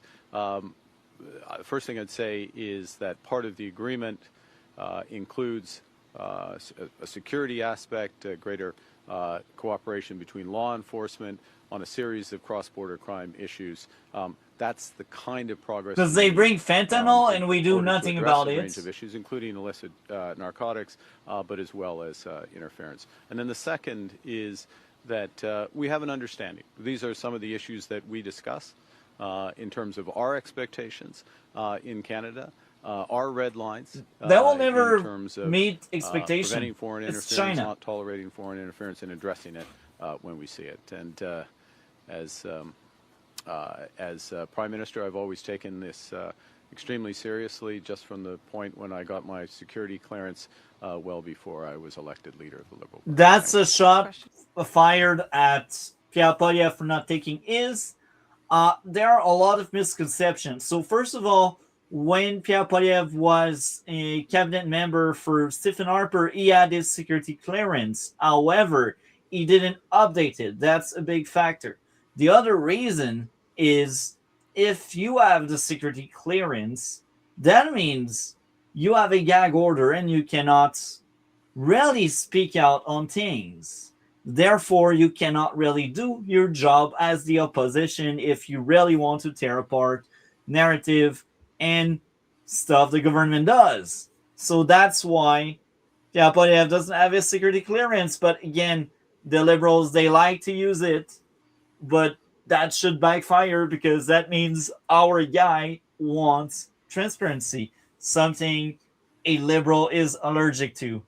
So I guess now there's another question because he looks elsewhere, and because of that, we will move on to Davos, the elitist group that want to take over the world and that want to replicate what China has done to China, but worldwide. This is Davos for you. Let's get into it.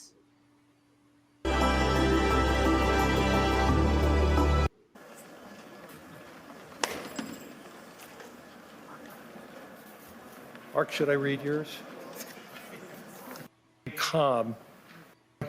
We will skip over what Guy says because it doesn't matter. Of a pleasant fiction and the beginning of a harsh reality where geopolitics, where the large main power geopolitics is submitted to no limits, no constraints. On the other hand, I would like to tell you that the other countries, especially intermediate powers like Canada, are not powerless. But we are. They have the capacity to build a new order that encompasses our values, such as respect for human rights, censorship, sustainable development, solidarity, sovereignty, and territorial integrity of the various states. The power of the less power starts with honesty. It seems that every day something you cannot provide because we live in an Carney era is so of dishonest. Great power rivalry, that the rules-based order is fading, that the strong can do what they can and the weak must suffer what they must. It was always like that, so it's not big brain speech right now, and it's so sad because a lot of the people in Quebec, especially, I don't know about the other province, but a lot of people are praising Carney. They're like, oh, he's right. We should work with the middle power. But then they don't see the hypocrisy into running toward China because they're not a middle power. They are the biggest threat to the USA. And they destroy countries from the inside with Canada, with fentanyl, and the States with fentanyl as well. So, again, Carney speaks with emotion. Oh, dangerous, big, bad attacks, weak, middle power, and that shouldn't be like that. Well, this is the reality of human race. The strongest always rules. And no, even if the EU and Canada team up on taking down Trump, they won't be successful.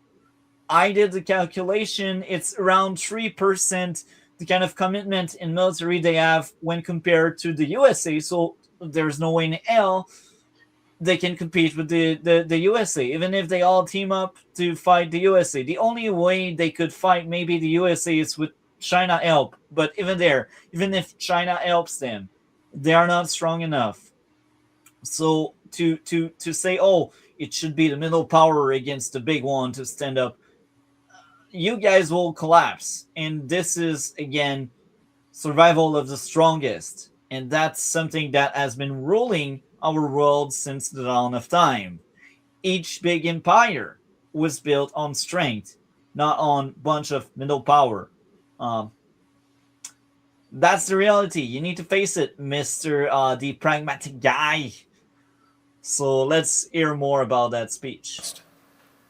And this aphorism of Thucydides is presented as inevitable, as the natural logic of international relations. But it is. It's been like that for 2,000 years. And faced with this logic, there is a strong tendency for countries to go along to get along, to accommodate, to avoid trouble, to hope we don't have a that choice. compliance It's USA wants will buy us, they will safety. get us.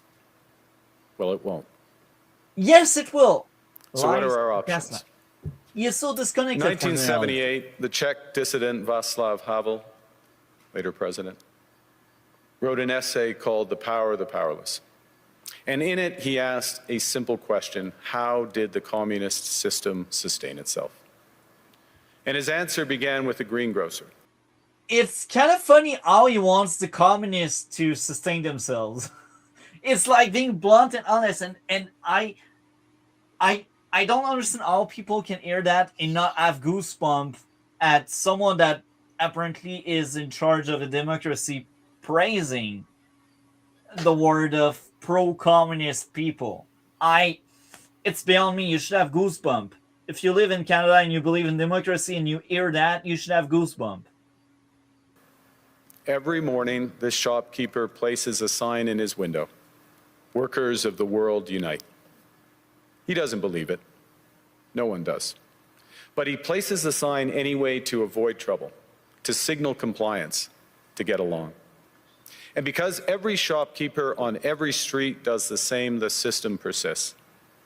Not through violence alone, but through the participation of ordinary people in rituals they privately know to be false. Havel called this living within a lie. The system's power comes not from its truth, but from everyone's willingness to perform as if it were true. But it is true, and he is in pure denial if he doesn't think the strongest will rule because it's the strongest. And its fragility comes from the same source. When even one person stops performing, when the greengrocer removes his sign, the illusion begins to crack. Friends, it is time for companies and countries to take their signs down. For decades.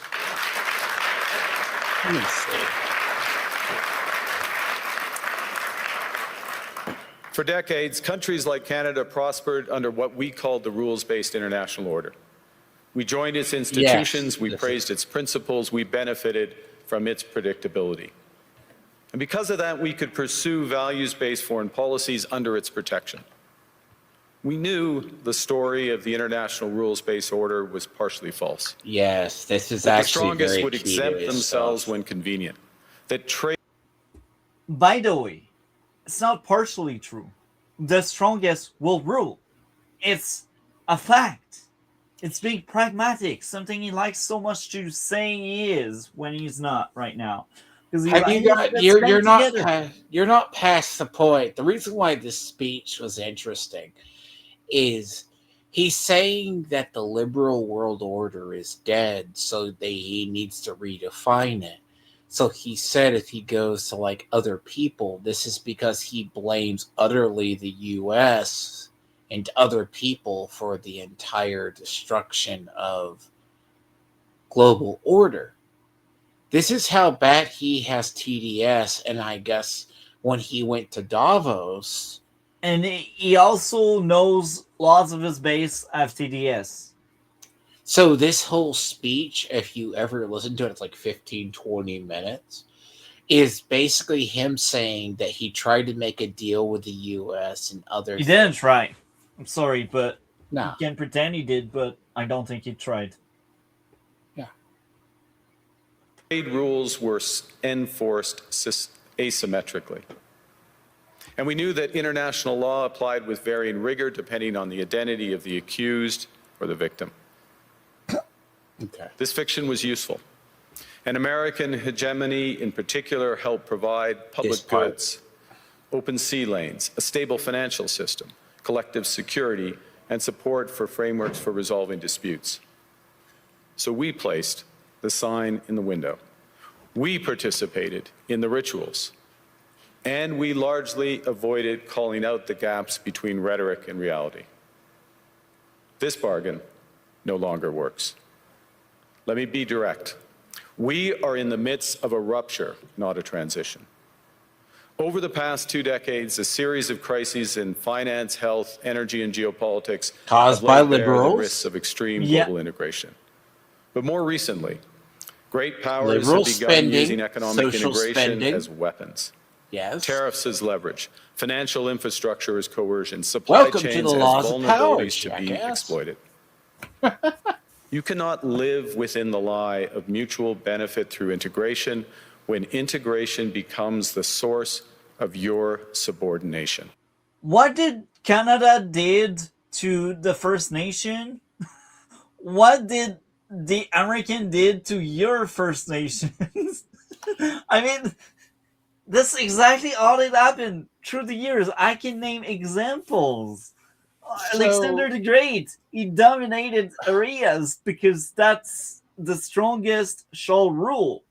This is the reality. This is being pragmatic. So the funny part about it is Carney is campaigning around the world as the last liberal.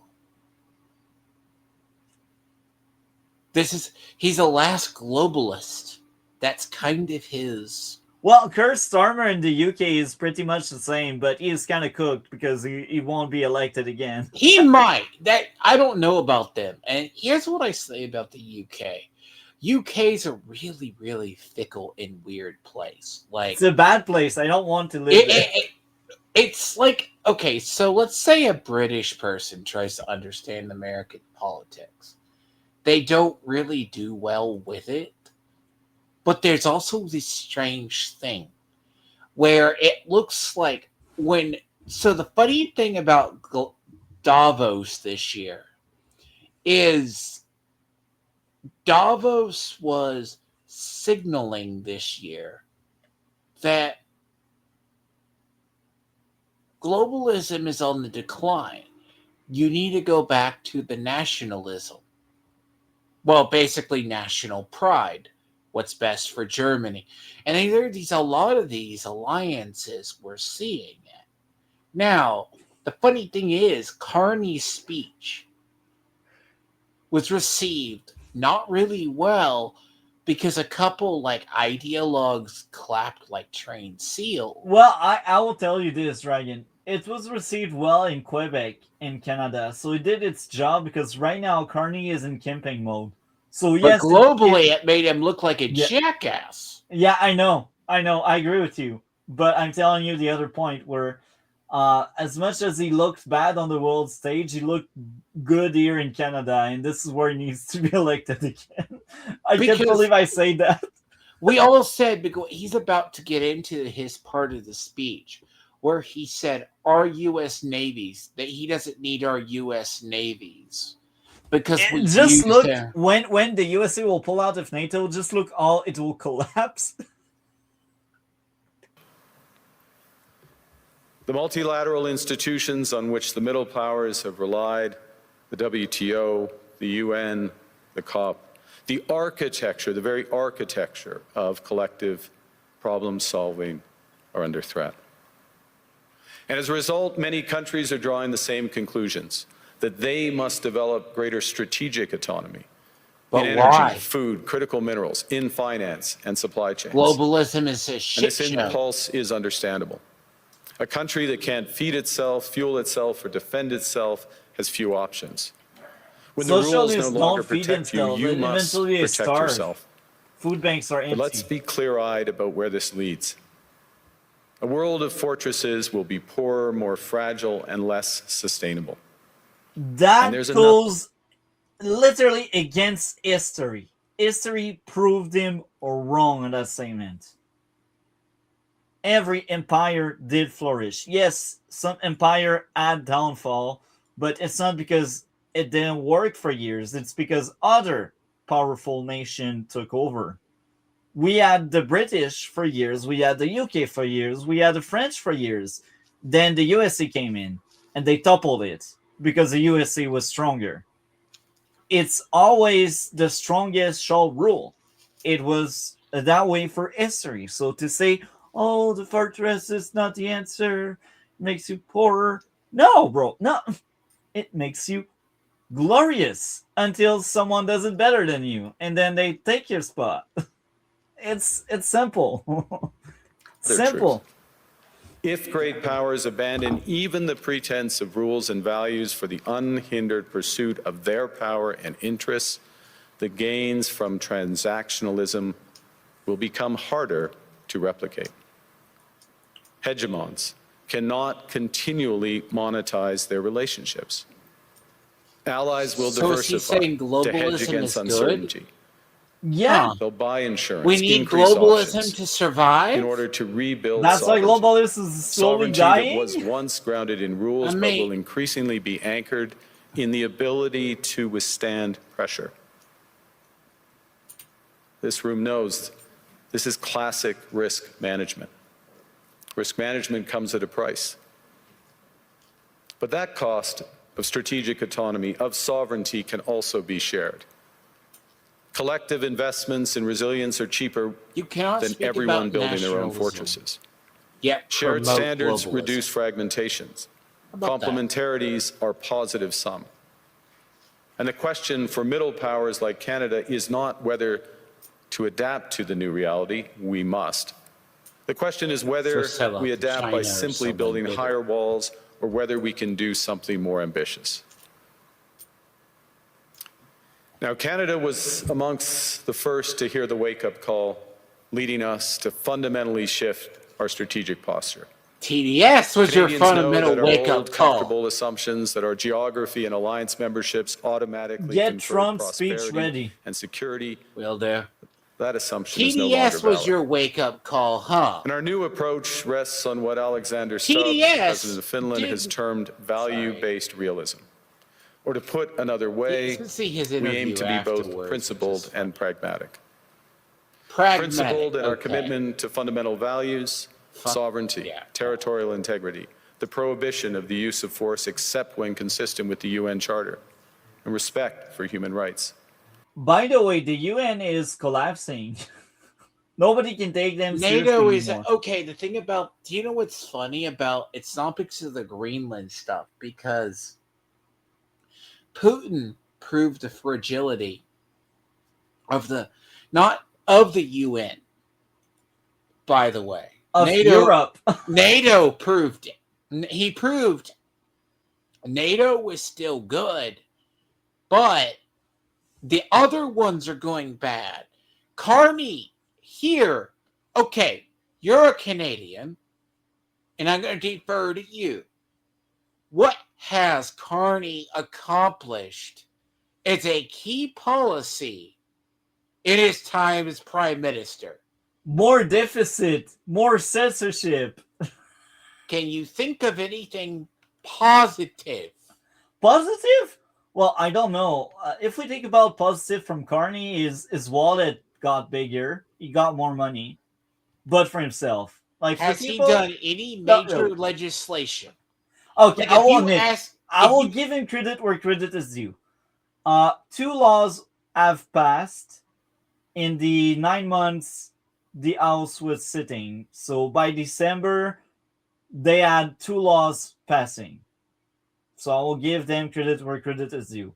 But it's a awful number because Trudeau, within the first year he had his first mandate, I believe it was around 10 or 12 laws that were passed.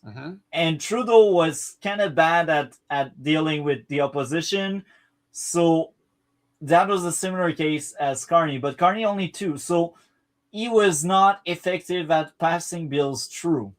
Now, the 2 bills. The first one, it was a chain migration citizenship bill being C3. And the idea of C3 is long lost Canadian get citizenship as long as they're connected for 3 years to someone that's a Canadian citizen. So, for example, I have a kid that's born abroad. Like, my kid is born, I don't know, in Africa. And me, because I've They been can there. get birthright citizenship because they were. No, wait, let me explain. So, he is born in Africa, but I've been a Canadian citizen for more than 3 years. Therefore, my kid in Africa will be a citizen because I was a citizen for 3 years. A Oh, worse that's chain example, migration. a Yeah. worse example, some immigrants got a permanent residency. So they became a citizen in Canada, but they're not born in Canada. They just came here and they got their citizenship.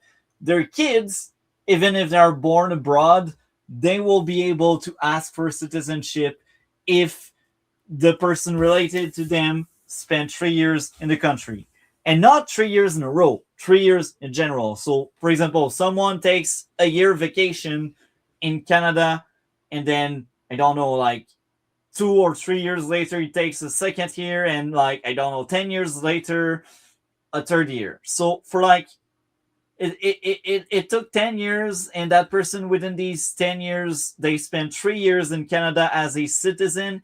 He can pass down citizenship to his kids, which is ridiculous. It's ridiculous because We you have can chain make migration here anyone too. a citizen. It's ridiculous. So here's the thing: a lot of the Mexican migrants and stuff we took in, we were taking in under chain migration, right? Because Chain Migration Act in the U.S. was put into place for us in the 1840s or 1850s, somewhere around that period, because of the Irish potato famine that caused a lot of Irish to flee Ireland to safer harbors. So a lot of them came to the U.S. Rest is kind of history. Yeah, So and now I will add this. So our C3, that's the chain migration, it's only to boost GDP, nothing else, and maybe buy some votes, because now like someone that lives in Africa that never lived in Canada can now vote liberal because liberals are cool. So actually, is it a good thing? I don't think so. It's actually awful. It's terrible. It diminishes and negates the validity of someone's citizenship. It's no longer a hard process. It's no longer something you earn. It's no longer something you should value, because now pretty much almost anyone that has ties to Canada can become citizen. It's awful. It's basically stupid. like but see, I asked this because it's like if someone asks me, did Trump done things? I could name Trump's policies have Yeah. done well.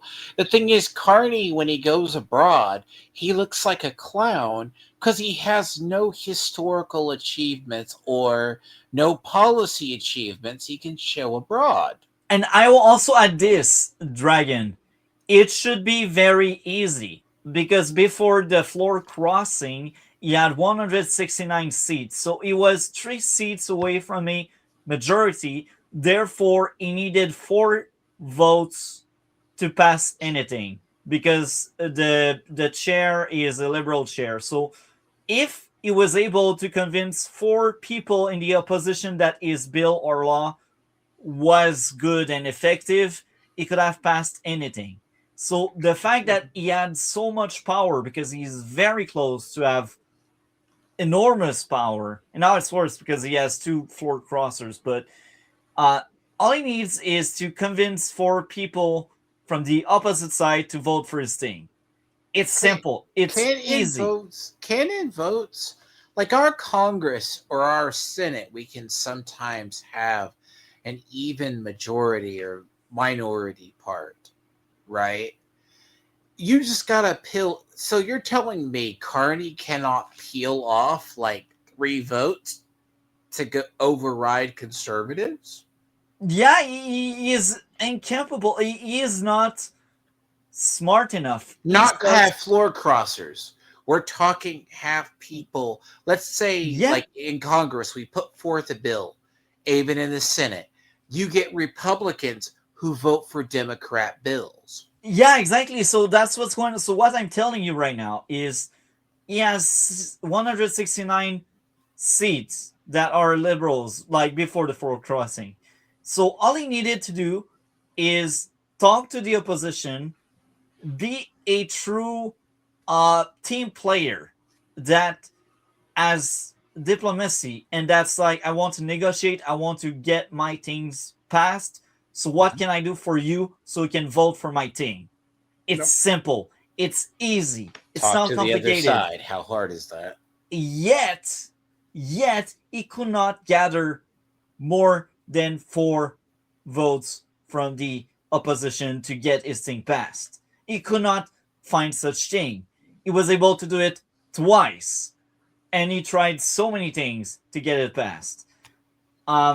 So it's just proof he sucks at his job, and he doesn't want to work in a minority parliament. I strongly believe he would be in a glorious living dreams situation if he had a majority, because then there's no point of trying to seduce and court the opposition because you got votes. But right now he needs to work side by side with the opposition. He needs to do that if he wants anything passed. Like C3 I told you about, the migration bill passed because we got 7 NDP that decided to side with him. Because basically what happened, we had the conservative and the bloc. They decided, no, we don't want it. So they struck down that bill. But the NDP was like, you know what? We like our far left electorate, so we will support that mass chain migration bill. So that's why they were able to pass it.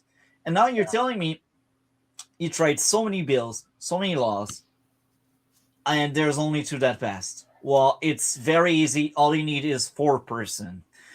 So the other bill he passed was this time around held by the conservatives. So that bill was to destroy the barrier between province, because what's going on, it's so stupid. The liberal, they like their bureaucracy. They like to make everything complicated, really hard, very complicated and complex. So what's going on, it's harder for Canadian province to deal and trade with other Canadian province than there is to deal with and trade with the USA or Europe or Asia. So what I'm telling you right now is they're blocking. So it's kind of like in the United States, we have this thing. We block ourselves so much. In the United States, we have this. Let me finish, Dragon. Yes. It's easier for us to get things done with other countries than with ourselves,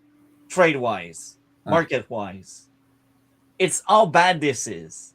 So basically, he passed C5 to make it easier and less complicated, and he passed it with the conservative support. And the idea of C5 is they destroy trade barriers, and they can implement any project that builds the nation the way they want. So, for example, if the government or the cabinet decides, you know what, I will make a pipeline from, I don't know, like British Columbia to Alberta, then through that law, it bypasses every other law so that pipeline can happen.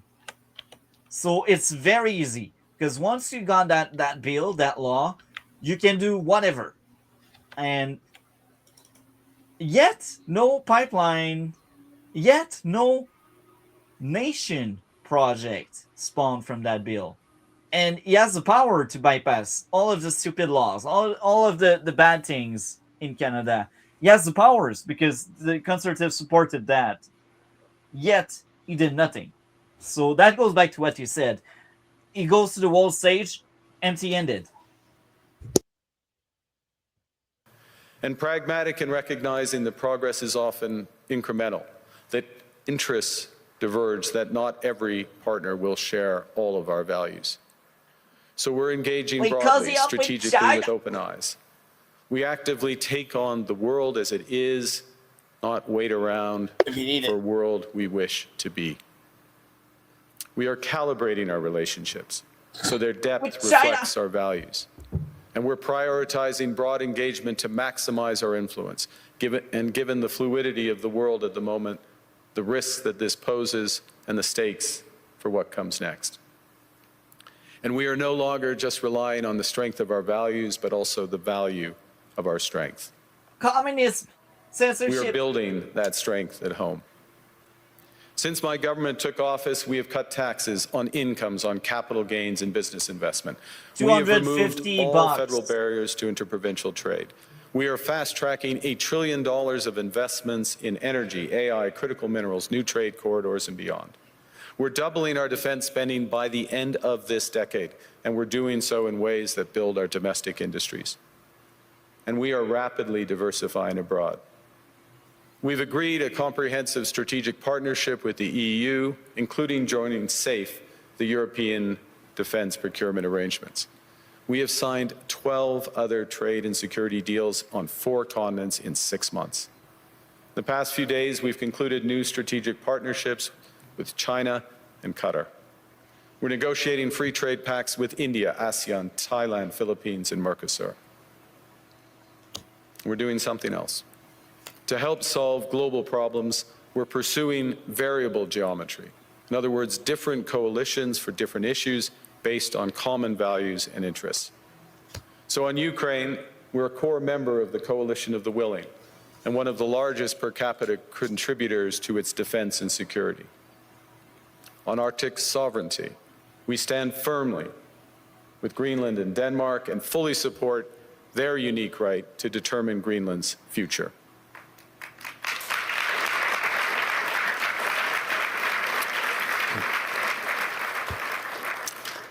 Our commitment to NATO's Article 5 is unwavering. So we're working with our NATO allies, including the Nordic-Baltic Gate, to further secure the alliance's northern and western flanks, including through Canada's unprecedented investments in over-the-horizon radar, in submarines. You're supposed to be aircraft, spending and like boots on the ground. 5% of your budget on on the ice. national defense. Have you been doing Canada that? strongly opposes tariffs over Greenland and calls for focused talks to achieve our shared objectives of security and prosperity in the Arctic. On plurilateral trade, we're championing efforts to build a bridge between the Trans-Pacific Partnership and the European Union, which would create a new trading bloc of 1.5 billion people.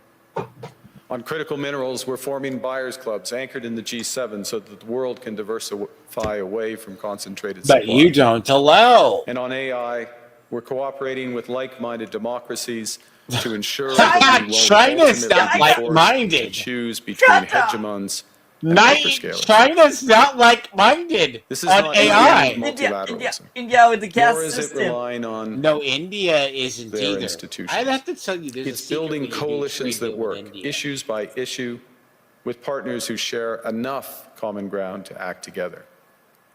In some cases, this will be the vast majority of nations.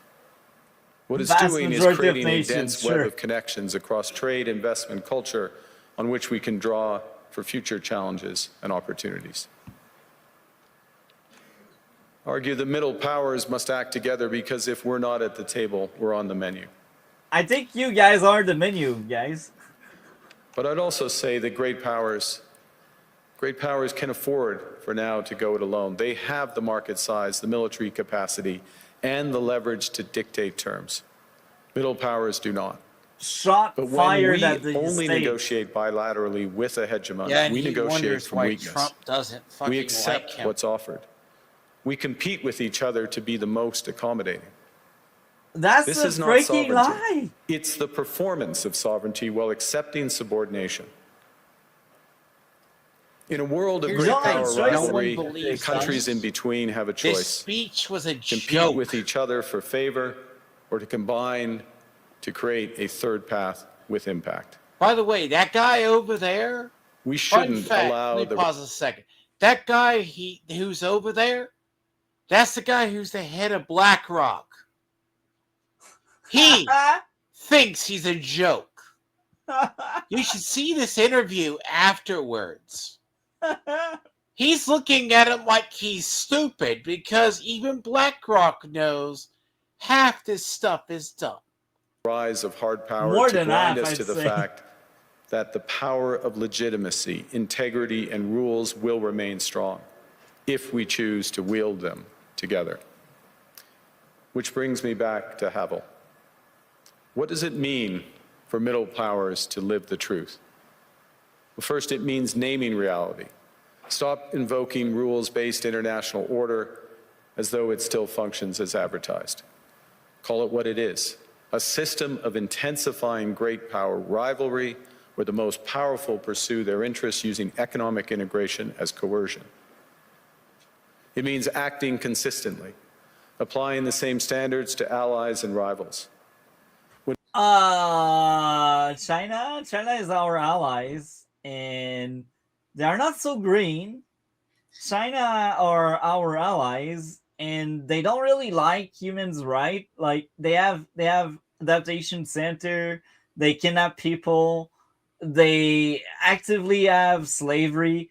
But hey, keep pretending now we align with everyone because we don't align with the states. Sure. Keep pretending, Carney. Perfect Marxist there. Middle powers criticize economic intimidation from one direction but stay silent when it comes from another. We are keeping the sign in the window. It means building what we claim to believe in. Rather than waiting for the old order to be restored, it means creating institutions and agreements that function as described. And it means reducing the leverage that enables coercion. That's building a That's strong why you're domestic dealing with China that will most likely take more than they are giving? Sure, Carney, sure. economy. It should be every Don't speak about government's immediate coercion when priority. you're dealing actively with And China and you want diversification to internationally tighter, is not closer just economic relationship. prudence. It's a material foundation for honest foreign policy because countries earn the right to principled stands by reducing their vulnerability to retaliation. Let's get in bed with people that flood our country of fentanyl. Canada has what the world wants. If that be We are true, an energy superpower. you wouldn't be flying around to try to get deal. They would come to you. Like, I've seen a great stream that made a great point. People all over the globe, they fly to the States because they want the States market. And nobody comes here in Canada. They're like, yeah, come to us because we don't have time to waste on a plane to get to you. So as much as he thinks, or as much as he gaslight us into saying and thinking, oh, we have what the world wants. If that be true, the world would be coming at us, and you would need to pollute and destroy the environment with your jet flying across the globe. So let's play more of that gaslight. We hold vast reserves of critical minerals. We have the most educated population in the world. Our pension funds are amongst the world's largest and most sophisticated investors. In other words, we have capital, talent. We also have a government with immense fiscal capacity to act decisively. Because he lives in not a reality that anyone has fucking ever seen. We have the values to which many others aspire. Canada is a pluralistic society that works. Our public square is loud, diverse, and free. He acts like Canada is not broke. Yet he tries to push censorship bills. And diverse, sure. If you think he's only acting Indian like Canada isn't broke diversity. with the debt to G. Remember when we first started this journey looking into politics? I looked up your debt to GDP ratio. It's horrendous, like a MF motherfucker.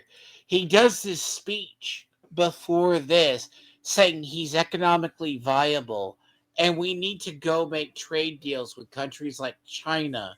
You're having to make trade deals with China because you screwed yourself over. Fact. Remain committed to sustainability. We are a stable and reliable partner in a world that is anything but. That's why USA don't want to deal with you relationships for the long term. And we have something else. We have a recognition of what's happening and a determination to act accordingly. No, we understand that this calls for more than adaptation. It calls for honesty about the world as it is. Yeah. Palestinians we are against Israel. Taking the sign out of the window. We know they don't have the values like Canadian values. Yet they sent it to Ukraine. Nostalgia is not the strategy.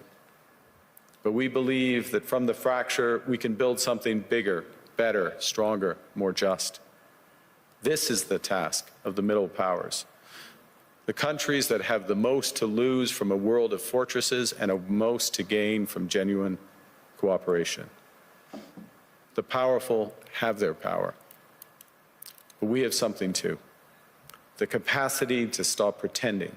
And we to are name broke. reality to build our strength at home position. and Your to government act has no together. position to be a bully. Is Canada's path. No. We choose it That's why openly this is a joke. and You listen to what confidently, his interview is and it is a afterwards. path wide You will open literally to any just country don't willing look to at like take it people will with if us. they say this was Thank a you very victory. much. So they go and sit down. Let it go a little bit. Let's see his question. Because this is the head of BlackRock.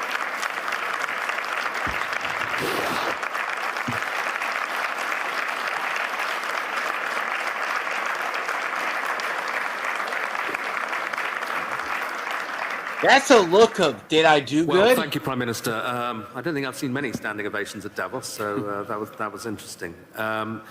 You said, there was a phrase in your speech where you said sovereignty now is the ability to withstand pressure.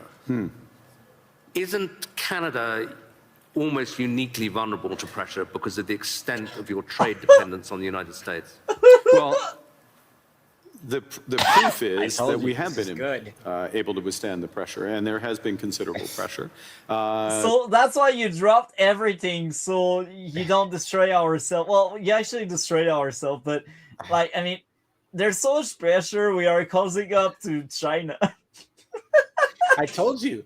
Well, you actually have the head of the internet, one of the people, part of WEF and part of Davos, which is International Monetary Fund people like BlackRock, calling you this.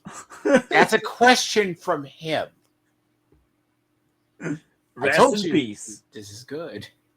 I'll give you a couple of facts. We've actually created more jobs since the tariffs were put on than the United States. That's in a lie. Number. We actually lost a lot more. I think we lost like 100,000 jobs like during the summer. And like that's the big season where you should have lots of work because it's the only season in the year that's actually hot and you can be outside without dying from being frozen, you know. So it's crazy. It's crazy.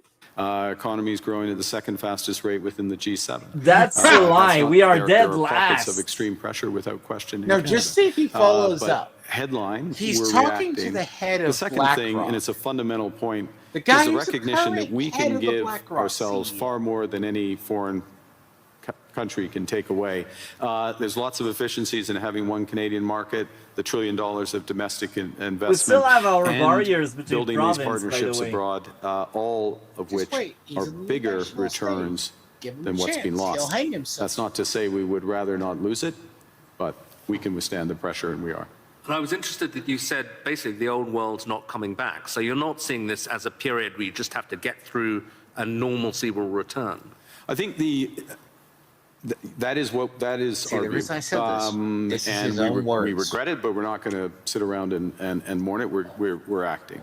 And we're acting in a way, both that's in our interests, but we believe in a way with others that's building imperfectly in steps a new system. I'll give you one example in handback, which is we are members of trade agreements that comprise already 1.4 billion people around the world. So we have the most extensive network. We are trying with others to bring some of those networks together. The most prominent example is the Trans-Pacific Partnership in the EU, acting as a bridge. It's not a direct benefit for Canada, but it is a benefit for Canada that these groups come together. Ngozi is here, consistent with the WTO rules, both of which are. And in that way, we're building back out amongst willing partners. And you talked about the need not to put the sign in the window anymore, to pretend that things are still the same. Do you think, to put it directly, that the NATO alliance is still doing that, still pretending it's the old transatlantic partnership, when it's really kind of going?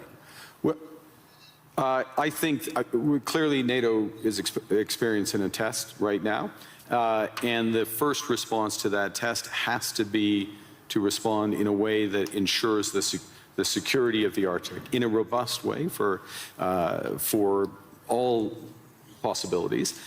This is actually a point that we have been making.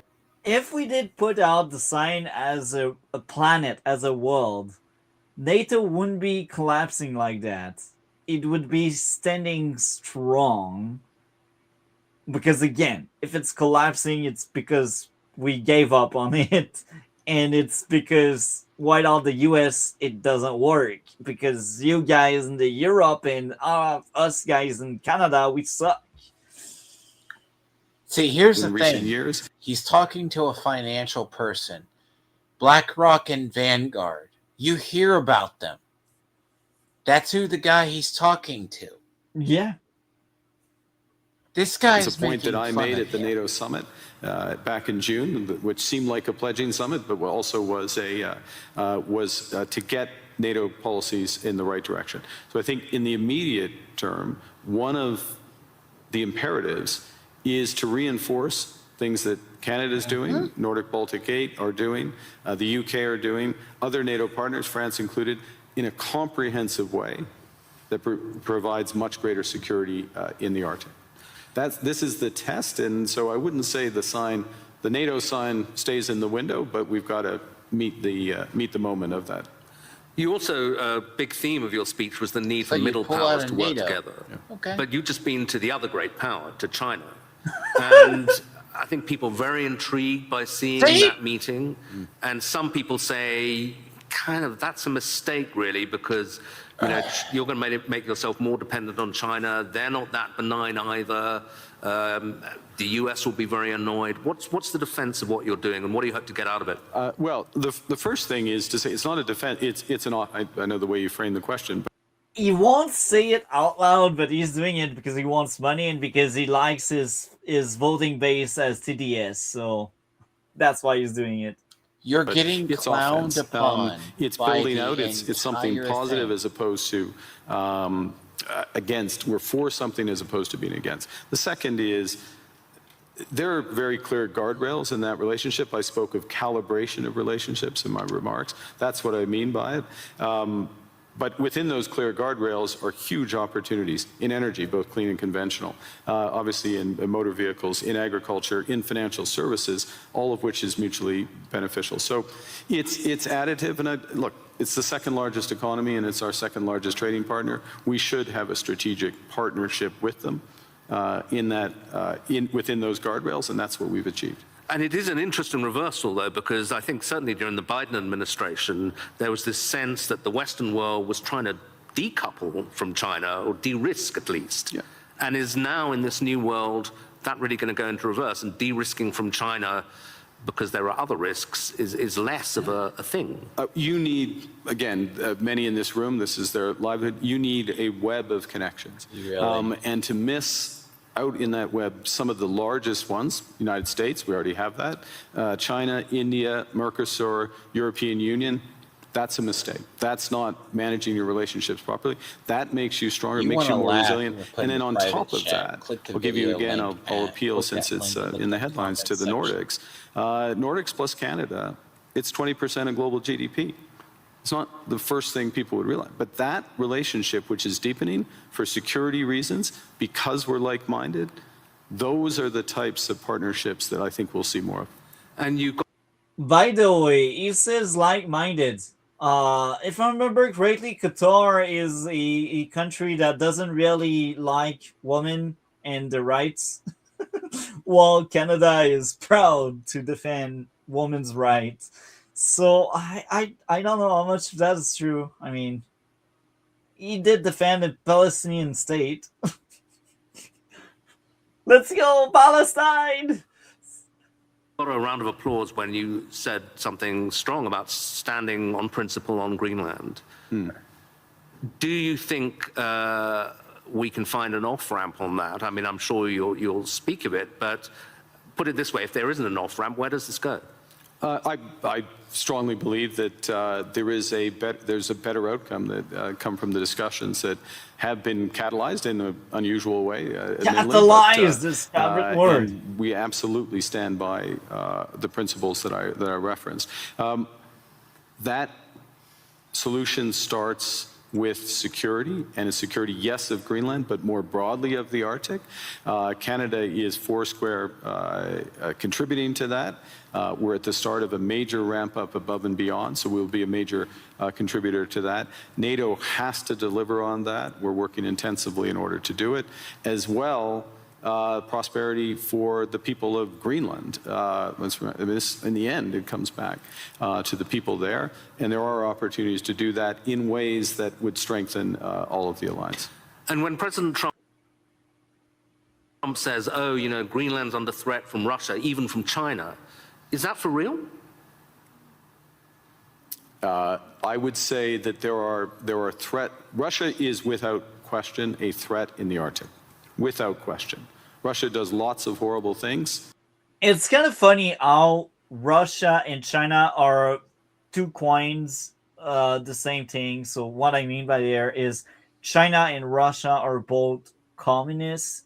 They both kidnap and interfere in other people's election. Yet Russia is painted as the bad guy, while China, that's cozy up to them. It's kind of hypocrite and hilarious at the same time. If you condemn Russia, you should condemn China as well. And I'll take the opportunity to condemn their unjustified and horrific assault on Ukraine, almost at its 4th year.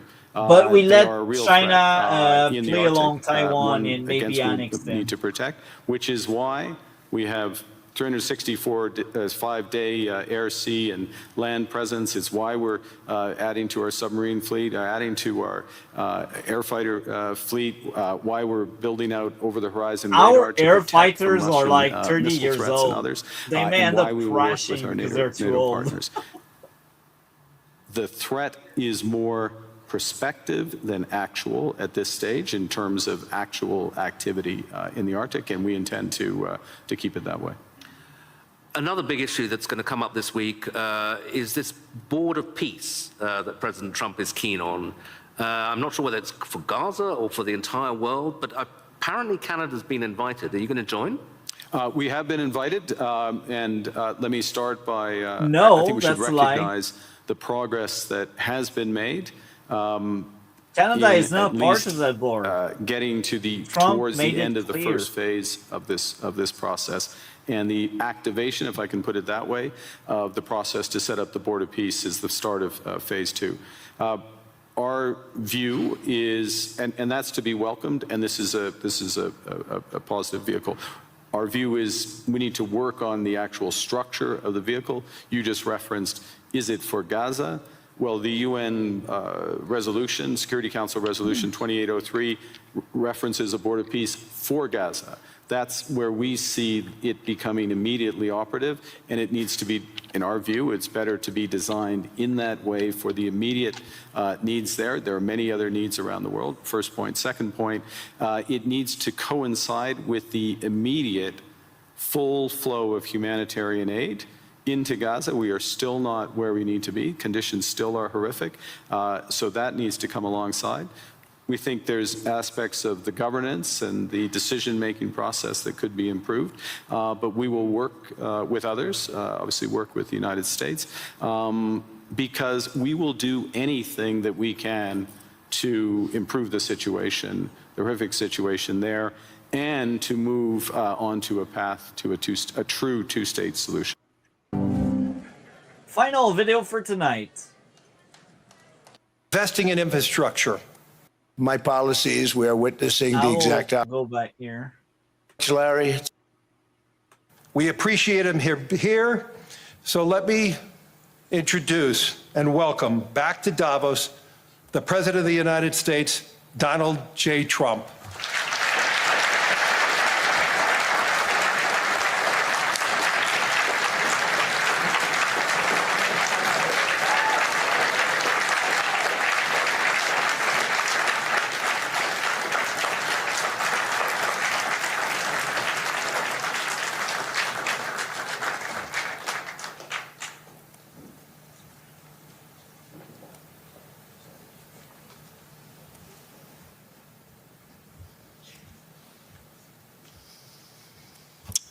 Well, thank you very much, Larry. It's great to be back in beautiful Davos, Switzerland, and to address so many respected business leaders, so many friends, few enemies,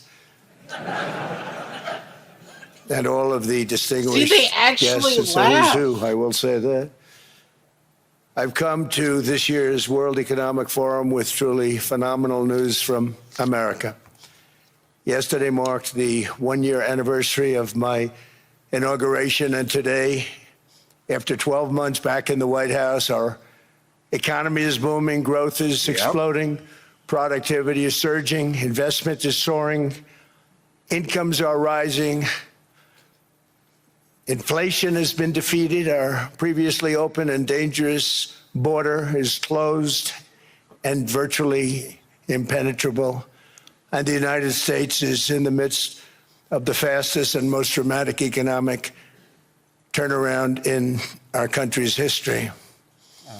Under the Biden administration, America was plagued by the nightmare of stagflation, meaning low growth, and high inflation, a recipe for misery, failure, and decline. But now, after just 1 year of my policies, we are witnessing the exact opposite: virtually no inflation and extraordinarily high economic growth. Growth like... Pause a second.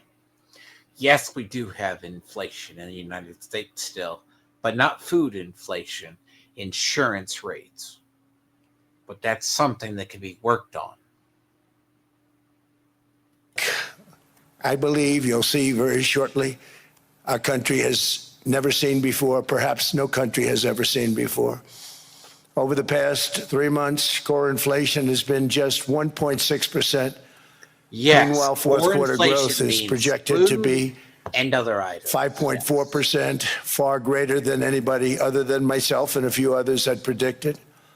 Since the election, the stock market has set 52 all-time high records. So that's in 1 year, 52 records, adding $9 trillion in value to retirement accounts, 401ks, and people's savings. People are doing very well. They're very happy with me. Since my inauguration, we've lifted more than 1.2 million people off of food stamps, and after 4 years in which Biden secured less than $1 trillion of new investment in our country. Think of that, $1 trillion, substantially less than that. In 4 years, we've secured commitments for a record-breaking $18 trillion, and we think when the final numbers come out, they'll be closer to $20 trillion of investment. That's never been done by any country at any time, not even close. Just over 1 year ago, under the radical left Democrats, we were a dead country.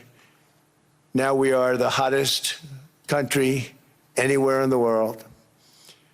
In fact, the United States economy is on pace to grow at double the rate that was projected by the IMF just last April.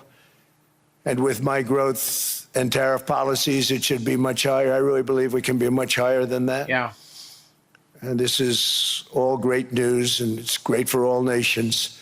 The USA is the economic engine on the planet, and when America booms, the entire world booms. It's been the history. When it goes bad, it goes bad. You all follow us down, and you follow us up, and we're at a point that I don't believe we've ever been. I never thought we could do it this quickly. My biggest surprise is I thought it would take more than a year, maybe like a year and 1 month.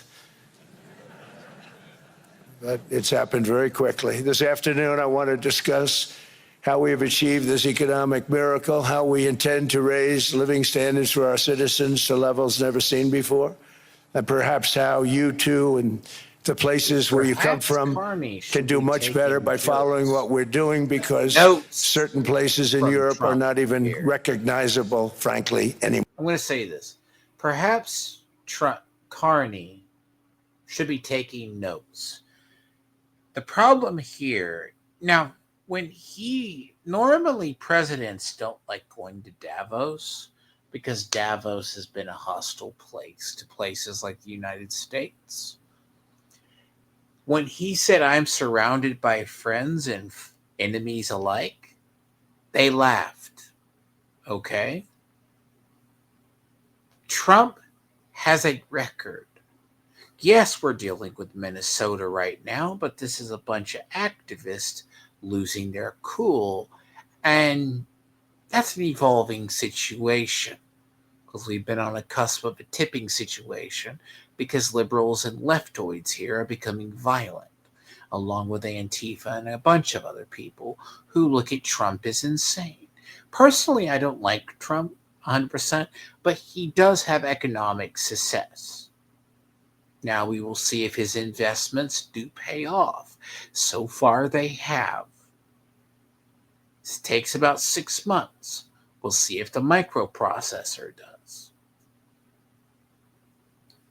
Where we're supposed to get 5 plants in like Arizona and I think Ohio and a bunch of other places. More. They're not recognizable. And we can argue about it, but there's no argument. Friends come back from different places. I don't want to insult anybody and say I don't recognize it. And that's not in a positive way. That's in a very negative way. And I love Europe, and I want to see Europe go good, but it's not heading in the right direction. So you see, I will interrupt here. He wants to see Europe doing good, and I think it's true, it's honest, and it's kind of funny because he calls them out. And I think Europe is in a very bad place, just like Canada. But hey, let's all align ourselves to China. I think when Trump is saying that, he's genuine there, and he's like, "These are our cousin, and if our cousin do well, we will do better." I think parts of him also believes the West is in danger of losing its democracy.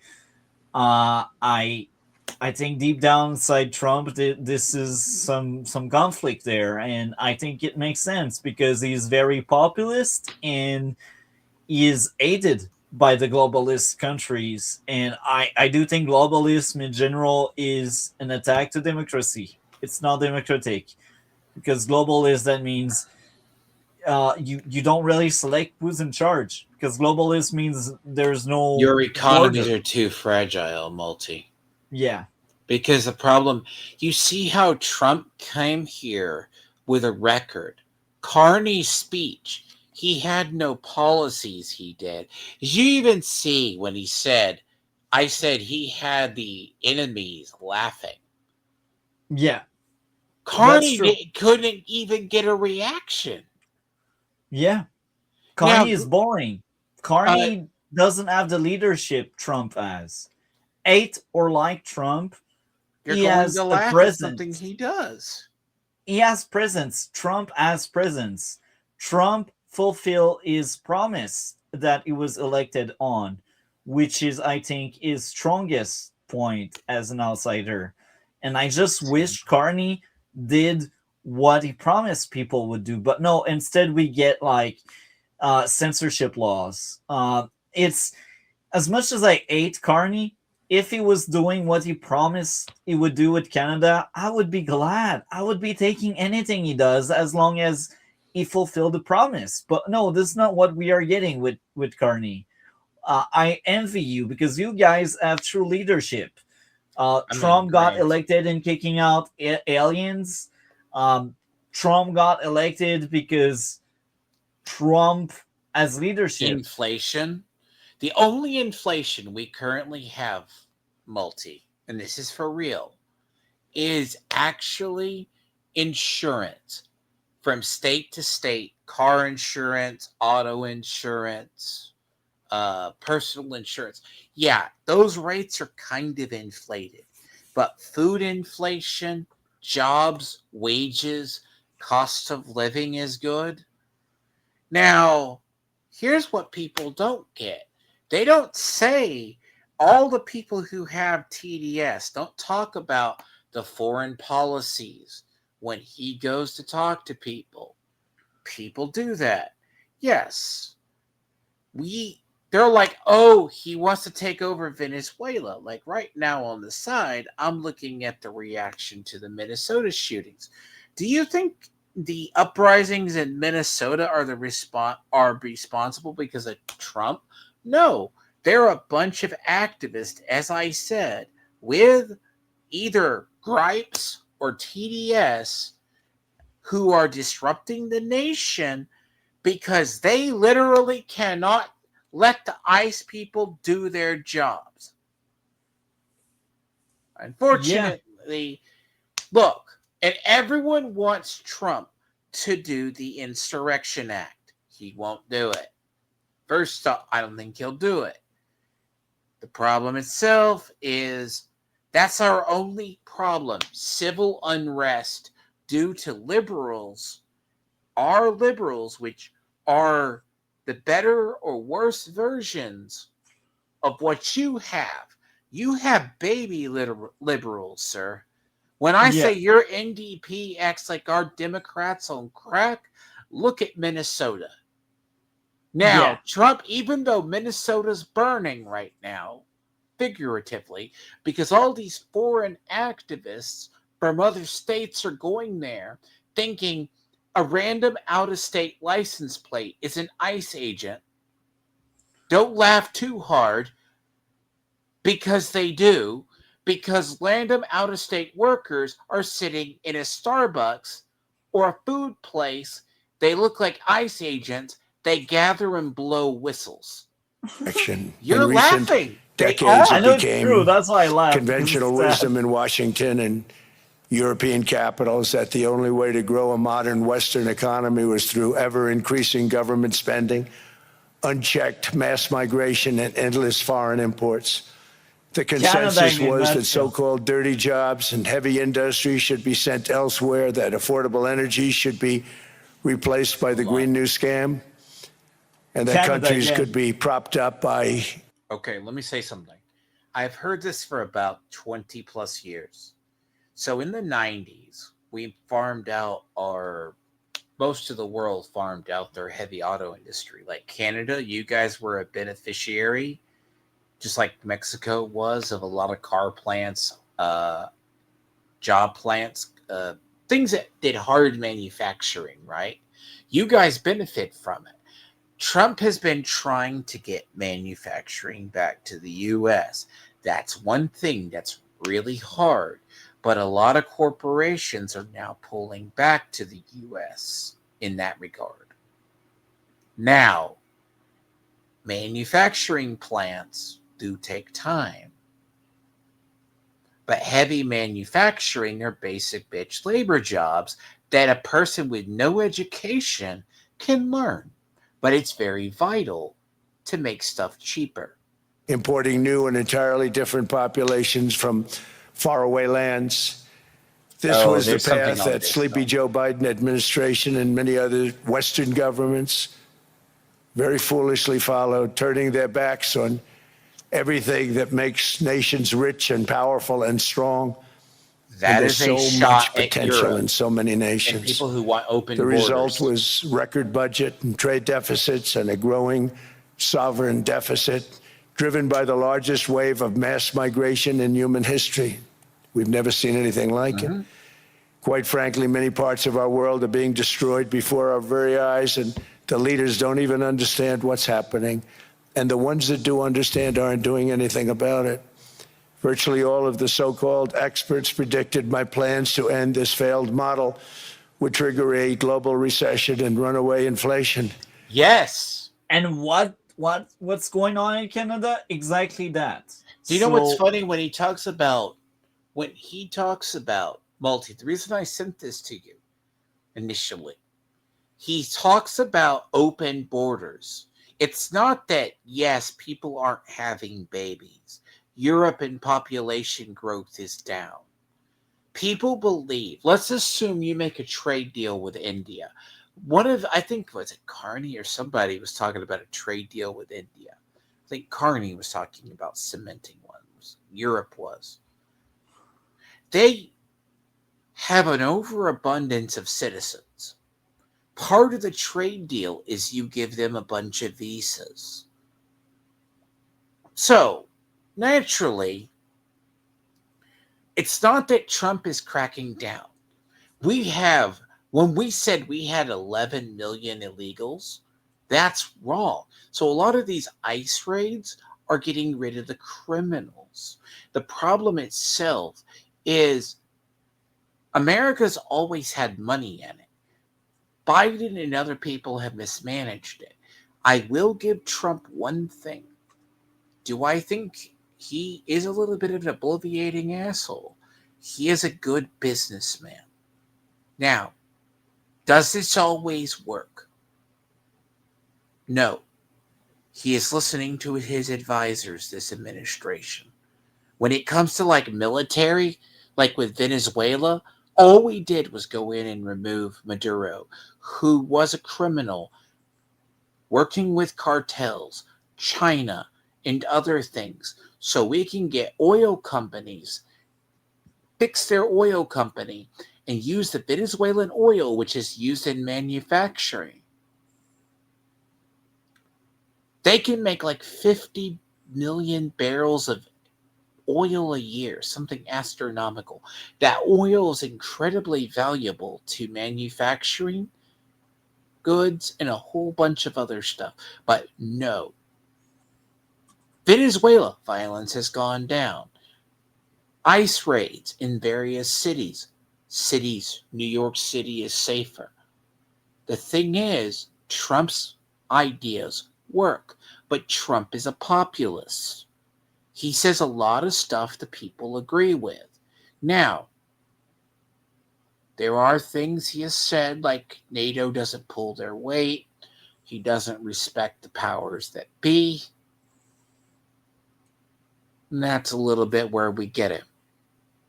He's a little bit big authoritarian. He likes to basically, if I have a complaint with him, it's the way he carries himself. It's not like you have to kiss his ring for a deal. You need to offer something he likes. You have to humble yourself or come with a deal. Yeah. But we have proven them wrong. It's actually just the opposite. Yes. In 1 year, our agenda has produced a transformation like America has not seen in over 100 years. Yes. Instead of closing down energy plants, we're opening them up. Instead of building ineffective, money-losing windmills, we're taking them down and not approving any. Yes. Instead of empowering bureaucrats, we're firing them. And they're going out and getting jobs in the private sector for 2 and 3 times what they were making in government. So they started off hating me when we fired them, and now they love me. Actually, okay.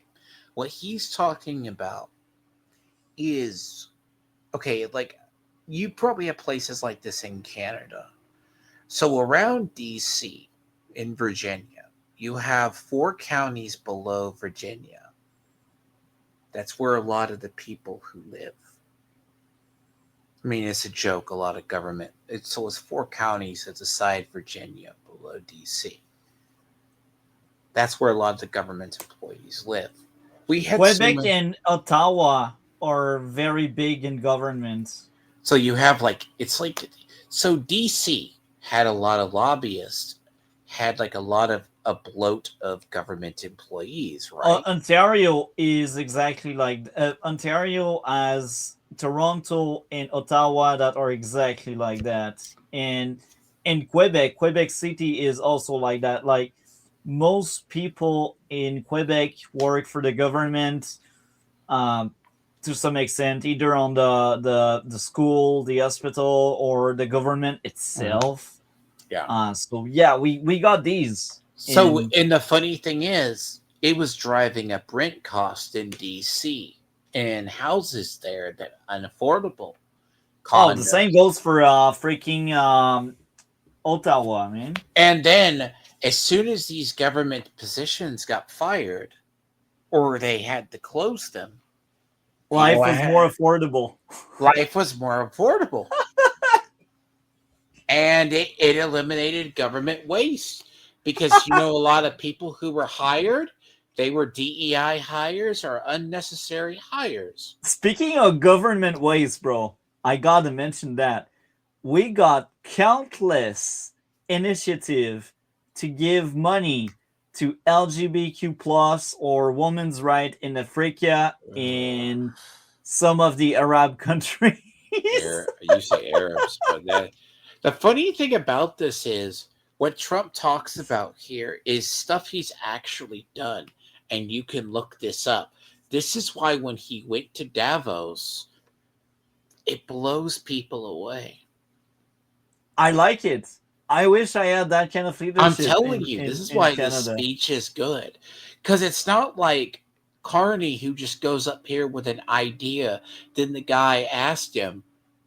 He doesn't want to call him stupid and say his ideas don't exist. Because, yeah, Trump can be a little bit like the Greenland, because he addresses Greenland. It's not like he hates Europe. Part of the problem is doesn't like who manage Europe. Look, Europe is in not a good shape. And the big thing about Greenland is a security issue. Even Carney said it at Davos. Yeah. Instead of raising taxes on domestic producers, we're lowering them and raising tariffs on foreign nations to pay for the damage that they've caused. In 12 months, we have removed over 270,000 bureaucrats from the federal payrolls, the largest single-year reduction in government employment since the end of World War II. Nobody thought that was coming, but we had no choice. To make a country great, you can't have all federal jobs. We've cut federal spending by $100 billion and slashed the federal budget. I wish we sorry had to that pause it. But you know what he said about tariffs? Tariffs are a way to balance trade when you have unfair trade partners like China with massive import taxes, and they expect us to lower ours. Canada, learn. Right? Yeah. That's where do you think we had the budget? Your deficit by 27% in the single year. It's going to go down quite a bit more from that. Driving inflation way down from the record highs of the Biden administration. Every month they went up and up and up. I promised to cut 10 old regulations for every single new regulation, but instead I've cut actually till this point 129 regulations for every one new regulation approved. So every time they come in with a new regulation, we do at least 10, but so far it's averaging out to 129, if you can believe it. In July, we passed the largest tax cuts in American history, including no tax on tips, no tax on overtime, no tax on Social Security for our great seniors. We also provided 100% expensing. That's the one they like. And bonus depreciation for all new equipment and capital investments to help companies expand and shift production to America.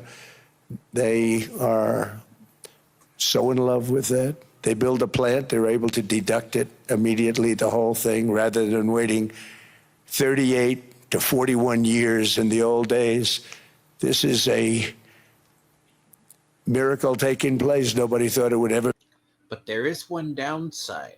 There is an appearance that Trump is for big business. But what you're seeing is not the Reagan trickle-down economics. He's not cutting safety corners. He's opening it. Like, you know how long in Canada it takes to build something? 17 years. We're just letting things go through faster. Yeah. So I think it was amazing. It's getting late, and I enjoy what I hear. Trump is much better than whatever Carney is trying to be. What do you have going on your end of the internet? I'm going to have to figure out next week how to go over this evolving situation in Minnesota, because it looks like we finally have, for once, an unlawful shooting by an ICE person. Oh, interesting. And it's not looking good. But then again, the issue itself, hopefully next week I have that, and I also have just game streams. The problem is I just got to figure out how to package that Minnesota thing, because that's evolving day by day up that place. That place is going in. I don't know what you get told in Canada. Because remember, as I said, they have people, just because they're out-of-state workers doing cables or some sort of shit, they're like, that's ICE agents. harass them. We are told basically what's going on. We are told that you guys are a dictatorship. This is what we are told. The funny thing about what's happening in Minneapolis is, I've said this, do not back the federal government into a hole or a wall. Because what these activists are doing, they're progressive activists, and I'd get into it. Like, the thing about this is, these activists, it's not that they're in the wrong. There's a legal mechanism. The states trying to stop Trump don't have legal recourse, but these activists going over there are disrupting their jobs. Now, let's assume that this shooting that just occurred is unlawful. Why were they put there? You have a bunch of groups agitating these people 24/7.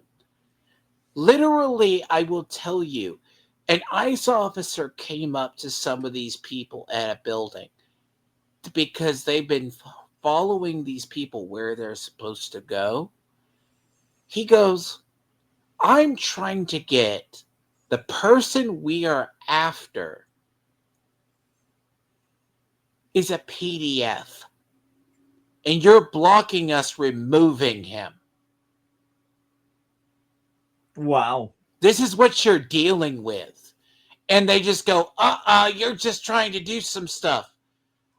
We're trying to serve a warrant on a person who does that.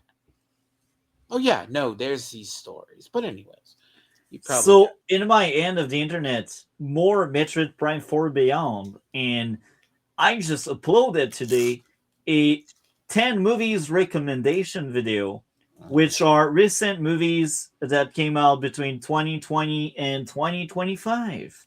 Outside of that, well, Monday, I talked about Mercy and Dog 51, two dystopian future trailer, totalitarian stuff with police work in them.